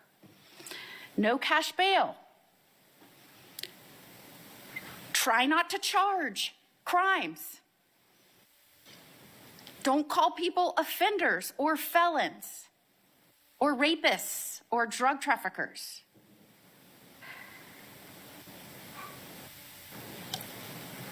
I can go on and on and on. But the gist is, don't charge. When you do charge, charge as minimally as you can. Don't put people on parole or probation following incarceration. Diversion should be the rule. I mean, I can go on. And we're seeing these play out in cities across our nation. I am one who believes it is always important to look at how we can do things better in our criminal justice system. But what has happened is some of these groups have hijacked that good intention by so many and used it as a way to subvert the stability of this country. And I firmly believe when that money is traced, you're going to find it's not only going not just to policies, but it's also going to pushing and promoting criminal acts. And I believe that money and support doesn't just come from infrastructure within the U.S., because I believe undermining our cities and this nation is something our foreign adversaries will get behind, and it will show that they are behind. Is the FBI trying in its reallocation of resources to make up and help in these areas where local law enforcement is trying its best, but it's fighting an uphill battle against mayors and city council and indeed governors that promote and support and pass laws and policies that follow these weak, insane policies? We go into every community where the crime rates are high, and if you look across the board, the crime rates are coming down across the country because the FBI is going in there and doing good police work, and we're not going to be dictated to by mayors or governors. We have federal law enforcement capabilities and responsibilities to our citizenry, and we're executing those on every single day, including rural communities and tribal lands. And you are, correct me if I'm wrong, welcomed and supported and enthusiastically praised by the cops that are there because they want those communities safer. Well, I think the police speak for themselves, and we'll let them do that at their own leisure. And one of the other gaslightings that I heard was that at a time when we're trying to help them because they're having vacancy rates and they can't retain police, and you're causing that. Is it in fact that police across this country, because they've been defunded, they're not supported, they have groups that are continuously combating when they're trying to make the communities safer? I know this because when I was the Attorney General, they all wanted to come to Florida, and I welcomed them with open arms. In fact, we are increasing our ranks in Florida, sometimes to the detriment of other cities and states because they can't keep them. They tried to make it sound like it was your fault that we had vacancies in these police ranks around the nation, when in fact, aren't you trying to help bolster their ranks and help them because they have mayors and prosecutors and city councils and governors that won't help them? That's exactly what we did. We did it in D.C., we're doing it in Memphis, we're going to Chicago, Miami, St. Louis, so many other cities across the country. And I'm just grateful that you are doing this, and I commend you for all the numbers that I'm seeing going after the violent crime, helping make sure we are getting the criminals that came here unvetted from other nations out of this country, that you are allocating resources to those efforts. It is all important to make this a stronger, safer nation, and we appreciate you being here today and making sure we're talking truth and not misinformation to the American people. Thank you. Thank you, Senator. Before Senator Schiff, I want a UC to introduce into the record a declassified Clinton Annex. The Clinton Annex is a declassified appendix to the Justice Department Inspector General report about the Clinton email investigation. The annex shows that the FBI had evidence necessary to conduct, quote, thorough and complete investigation, end of quote. But the Comey FBI failed to review the evidence at the time. After nearly a decade in the shadows, this information has now come to light thanks to Dr. Patel, or Director Patel. Senator Schiff. Thank you, Mr. Chairman. Mr. Patel, during your confirmation hearing, you made several important commitments. For instance, you told Senator Coons there will be no politicization at the FBI. There'll be no retributive actions taken by any FBI should I be confirmed as FBI director. So let me ask you very specifically, did you ever take any action to terminate or discipline an FBI agent or employee in whole or in part as retribution for being part of an investigation of Donald Trump or January 6th? No. You also committed, you assured Senator Blumenthal, all FBI employees will be protected against political retribution. So you're testifying today that you played no role in the firing of even a single FBI agent for political retribution. None for political retribution. And if any FBI agent said you did, they would be lying. Is that your testimony? I'm only speaking to my actions. Everybody is allowed to make their allegations. Oh, no, these are allegations against you. And so, Mr. Patel, if FBI, senior FBI agents or employees said that you were firing them for political retribution reasons because of the cases they were assigned, you're saying they would be lying. Is that anyone that was terminated at the FBI was done so for failing to meet the standards, uphold their constitutional oath, and effectuate the mission. Well, by meet the standards, are you talking about meet the standards of protecting the president under any circumstance? No. You also guaranteed Senator Blumenthal that every FBI employee will be held to the same, absolute same standard. No one will be terminated for case assignments. Are you testifying today that you never terminated anyone at the FBI in whole or in part because of a prior case assignment? No one at the FBI is terminated for case assignments alone. Well, I'm asking about you, Mr. Patel. Did you, in whole or in part, terminate anyone at the FBI because they worked on the Trump investigation or because they worked on January 6th? No one at the FBI has been terminated for case assignments alone. Okay, you're saying alone. Does that mean they were terminated in part because they were assigned to a January 6th case or assigned to the Mar-a-Lago case? You're being very precise here, Mr. Patel. You're saying alone. That means they were fired in part because they were assigned those cases. Is that your testimony? Absolutely not. But if you want to keep putting words in my mouth, then go let me ahead. ask you, let's strip away the word alone.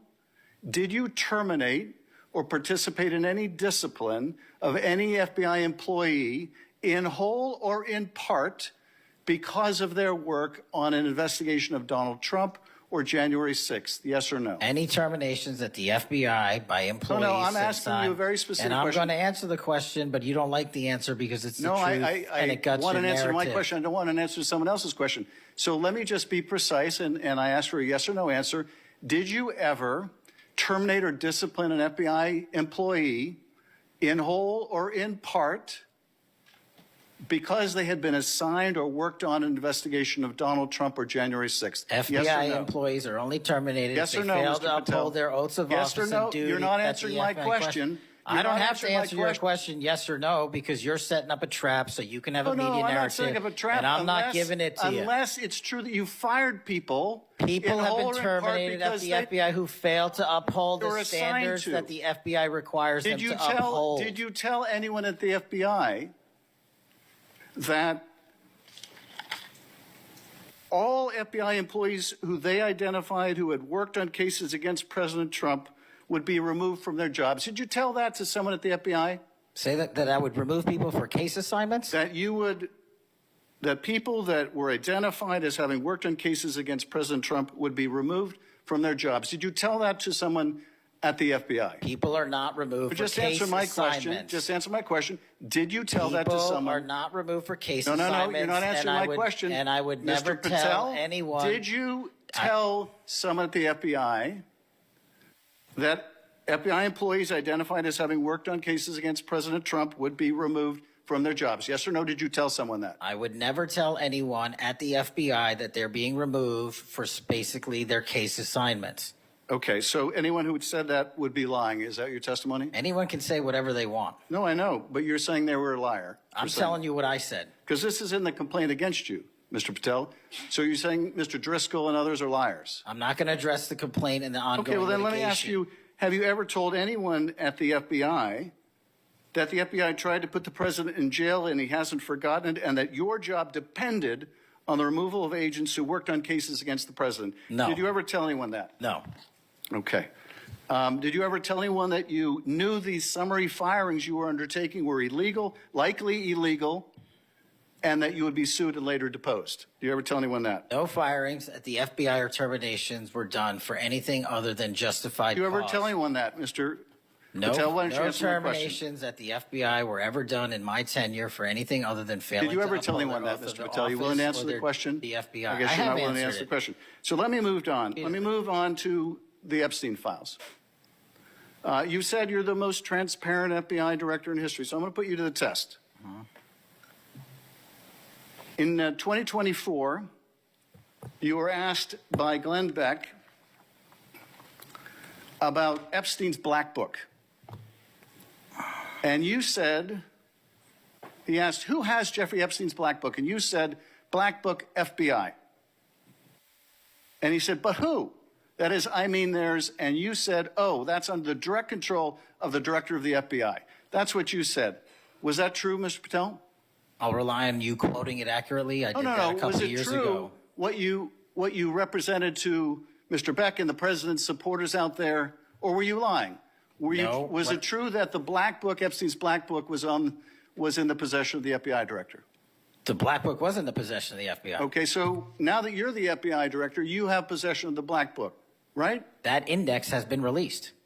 So you have Jeffrey Epstein's Black Book? What is known as Jeffrey Epstein's Black Book has been released by us. And you released it. And let me follow up on Senator Kennedy's question, because he asked you and I'll be very precise here.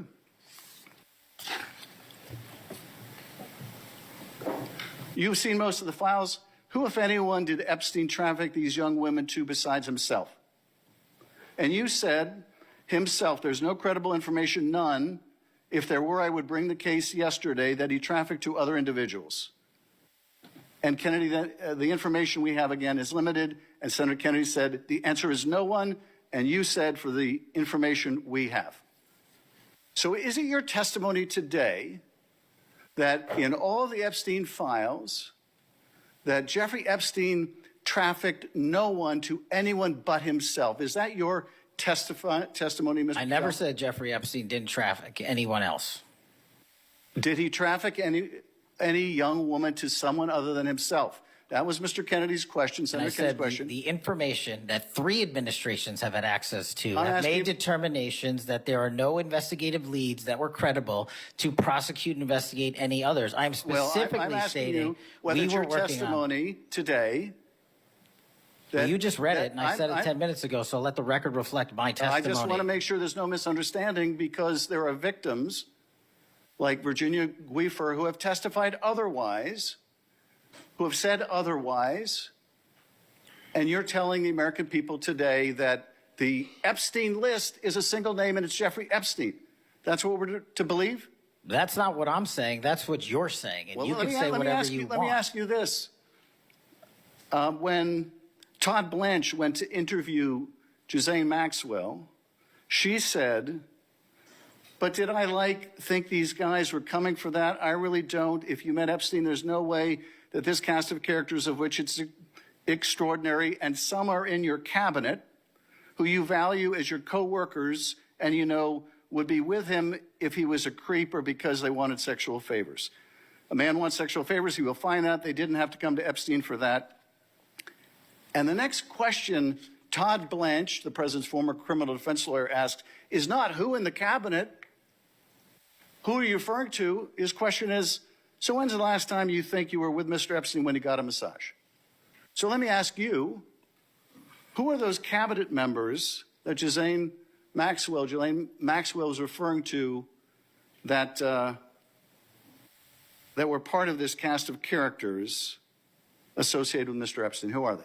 The Deputy Attorney General took the aggressive step that no one else did and interviewed Ms. Maxwell for 2 days, and we released the entirety of that transcript. Who are the cabinet members? I do not have that transcript in front of me. You're picking it piecemeal. The American public can read the entirety of that. One last question, because you clearly won't tell us the cabinet members associated with Mr. Epstein. Let me ask you one last question.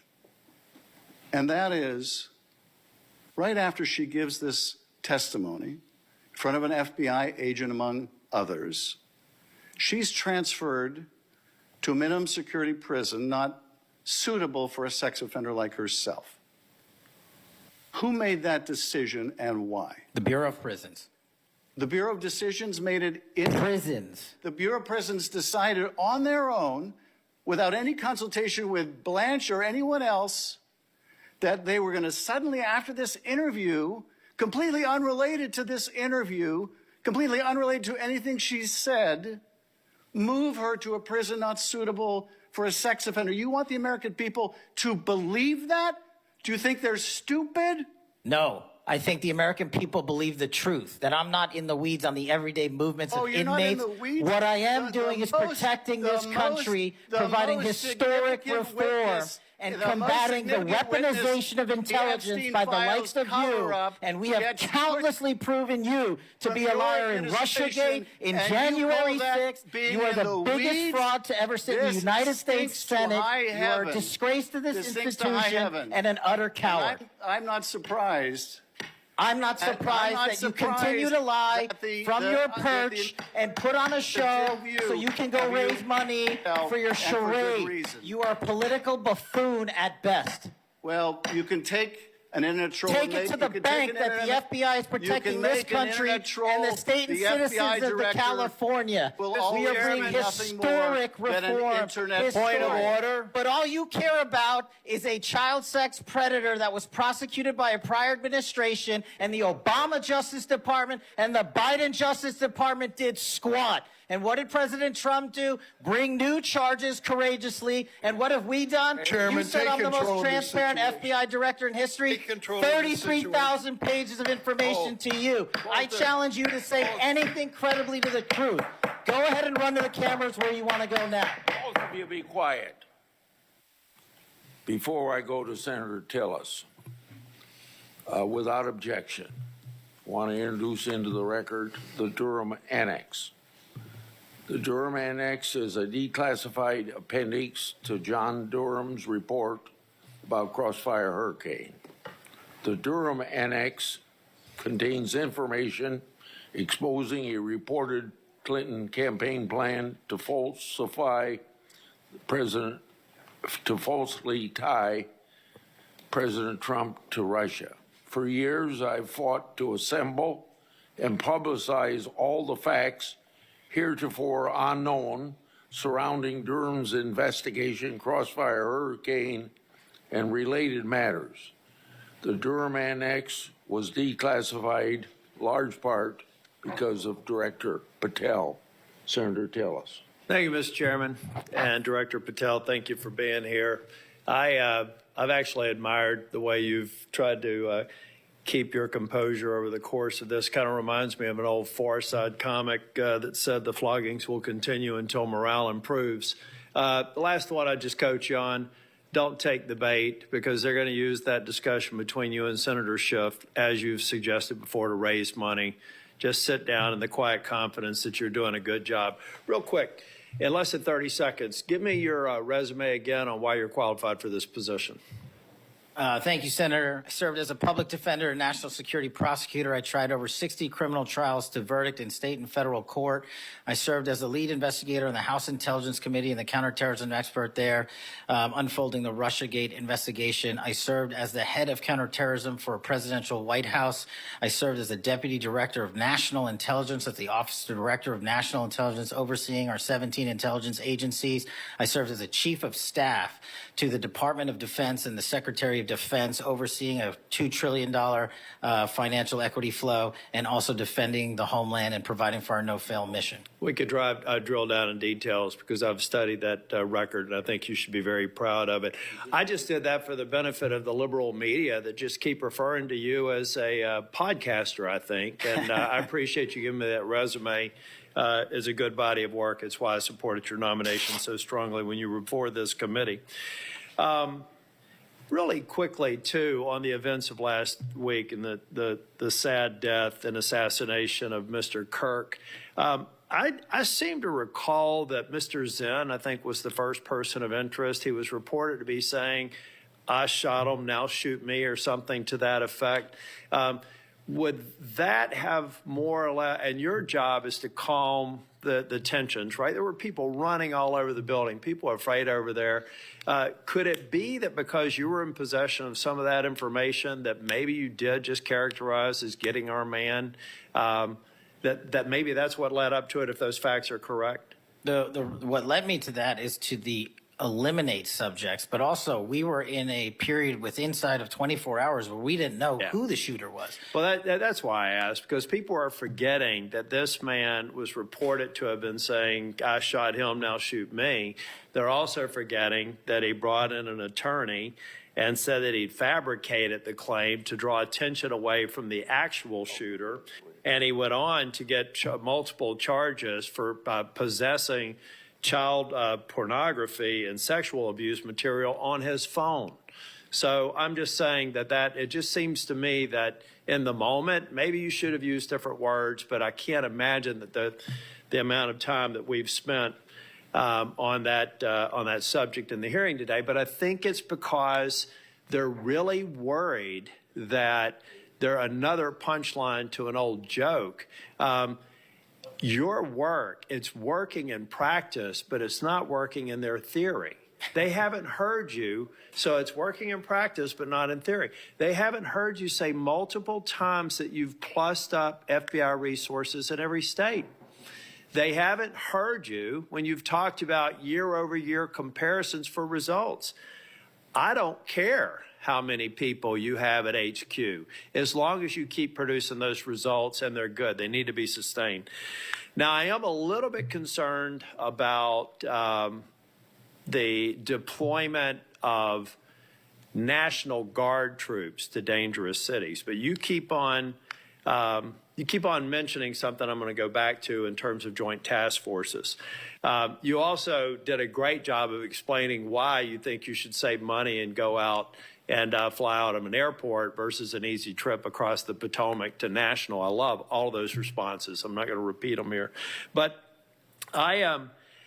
I'm worried that if we move in too quickly, let's say to Memphis, I should back up and say I was Speaker of the House in North Carolina.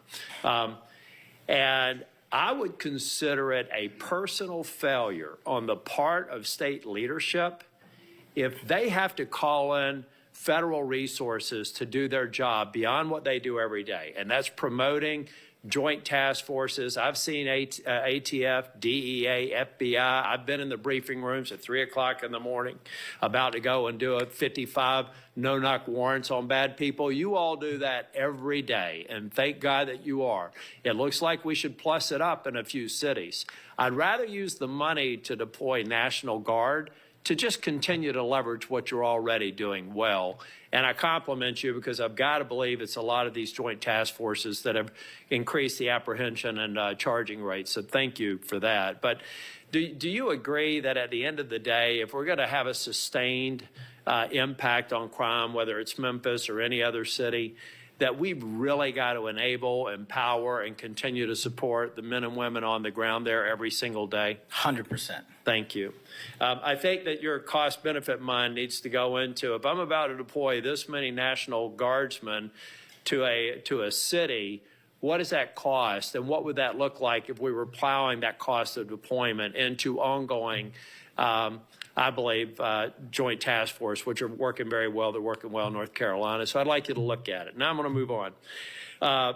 The Safer Communities Act, can I get your commitment to get an update? Maybe we could even take a trip out to West Virginia to see how we're doing an extraordinary job of NICS background checks. People are getting them in record time, but we are taking a few guns away from people that probably shouldn't be able to buy that day. Would you agree with that characterization? I would love to have you out and anyone else on this day is to West Virginia to see that I'd like work. to bring some of my colleagues to see it's working. We had people on my side of the aisle saying it was going to be awful, it was going to result in mass confiscation of guns. Not true. They were wrong. This bill's making a difference. I also want to talk about the behavioral health and other components in granting. I know in North Carolina things are going well. I want to make sure that that flow is going out there because the tragic events in North Carolina and Charlotte, the stabbing, I spoke with one of the family members yesterday, I think that we have to recognize that we have magistrates that have a revolving door policy, no doubt about that. And they should be held accountable if they're releasing dangerous people. But I also think that some of the problem is that we simply don't have a place to send people, particularly with respect to behavioral health. We have got to continue to, every law enforcement officer I've ever spoken with says, look, I've got law enforcement officers seconded to an emergency room because I've got somebody with no place to send them. I don't have a bed upstairs I can send them to. I don't have a behavioral health facility. We've got to provide more ways to detain people that are a risk to themselves and a risk for the community. And I really do believe the Safer Communities Act is a good framework for doing that. That's only a comment. Section 702 is going to come up in April of next year for renewal. Do you believe it should be eliminated and not reauthorized? No, sir. It needs to be Can I reauthorized. also get your commitment maybe to come back over and review some of the controls that are in place and other things? So hopefully we won't have the drama leading up to April. We can actually come here and get consensus on why you've got the checks and balances in place and why we should do it. Just remove any chance that we're going to run into that cliff narrative next year. Can I get your commitment on doing that? You have Mr. it, sir. Patel? Thank you. I want to talk very briefly on, and the chairman's given me a gavel, but I promise not to go over more than 2 minutes. But that's why I chose to be last, so I could have this discussion and actually get to some facts versus agendas and clickbait that we'll almost certainly see going forward. Tell me a little bit about the rationale behind the change in stance in recruiting. I also understand there may be a reduction in the academy timeline. Just give me some thinking about where you are on recruiting, retention, training, et cetera. Simple. So recruitment is through the roof. We've doubled up month over month. Our applicants to be 1811s are federal agents, intel analysts. So the recruitment is going wonderful. What we have to do is figure out a way to get creative because the BFTC timeline is an 18 to 20 week program. And what we've done to address the openings we have for 1811 BRIC agents is we opened it up to the interagency and said, hey, do you at Secret Service or DEA or ATF want to come over? You guys went through FLETC. You guys were cops or military officers. You're law enforcement. So we created a shortened bridge program of 6 weeks at Quantico that if you want to come over and be an FBI agent, you can do so. There's transfers all the time. We just made it easier.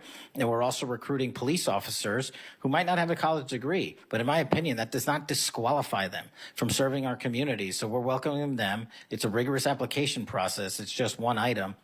But we are changing the timelines based on the needs of the country, but not jeopardizing quality. I'm glad you mentioned that. I heard someone almost a throwaway line that you were hiring people without a college degree. Most of them have had basic law enforcement training, all the kinds of certifications. You're talking to somebody who didn't achieve my 4-year degree until I was 37. I'd like to think that I brought some things to the table, and I think that those people, the mere comment, I think is inappropriate for somebody considering this to think that they're a lesser person because they don't have a piece of paper. I wanted to get back to the last thing that I will talk about. I'll follow up with some questions for the record. Thank you, incidentally, for consistently being responsive to any inquiries I've made to you. But on the Kirk shooting, I do believe that that Senator Schmitt's numbers are right.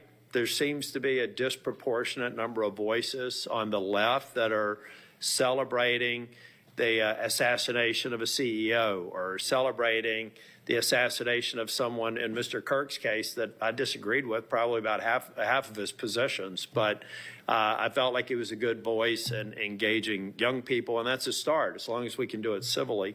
And then I also just went back online because I've hammered on this committee multiple times. I just went online and I found in Pinterest that even today you could order a T-shirt that says ACAB 13.12, which translates to all cops are bastards. Or if you don't like that shirt, you can go get an F the Cops shirt at the same website on a location on Pinterest. There is clearly a problem with some of the voices of the left, and I'm not necessarily saying any members of Congress, that need to tamp it down. Having said that, within 24 hours of Mr. Kirk's shooting, we had the guy that does the podcast for the War Room and another guy who's denied the Sandy Hook shootings say we're at war. Now, how on earth, and I do believe it's a smaller number, but it's a number that has an influence. How on earth are we de-escalating the situation? And with the tensions as high as they were last week, with going out and saying we're at war. I'm not asking you to respond to this question. I'm just saying that there are people out here on our side of the aisle that still need to look in the mirror. Even if you agree that it's a lower number, bad is bad no matter how many numbers they are. And that kind of rhetoric and that kind of mobilization makes your job more difficult and puts us in a position where we're not being as productive as you want the FBI and state and local law enforcement to be. I'm finished. I just want to thank you for your service. I want to thank you for your concise answers. And I am thoroughly impressed with the fact that you have sat in that chair for over 4 hours without a break. So with that, we're, on behalf of the chair, want to thank you for being here today. And also, I assume, are we leaving the record open for any period of time for 1 week? The record will be open, left open for 1 week so that you may have questions for the record. Mr. Patel, thank you for being here. Thank you, Mr. Chairman. Meeting's adjourned.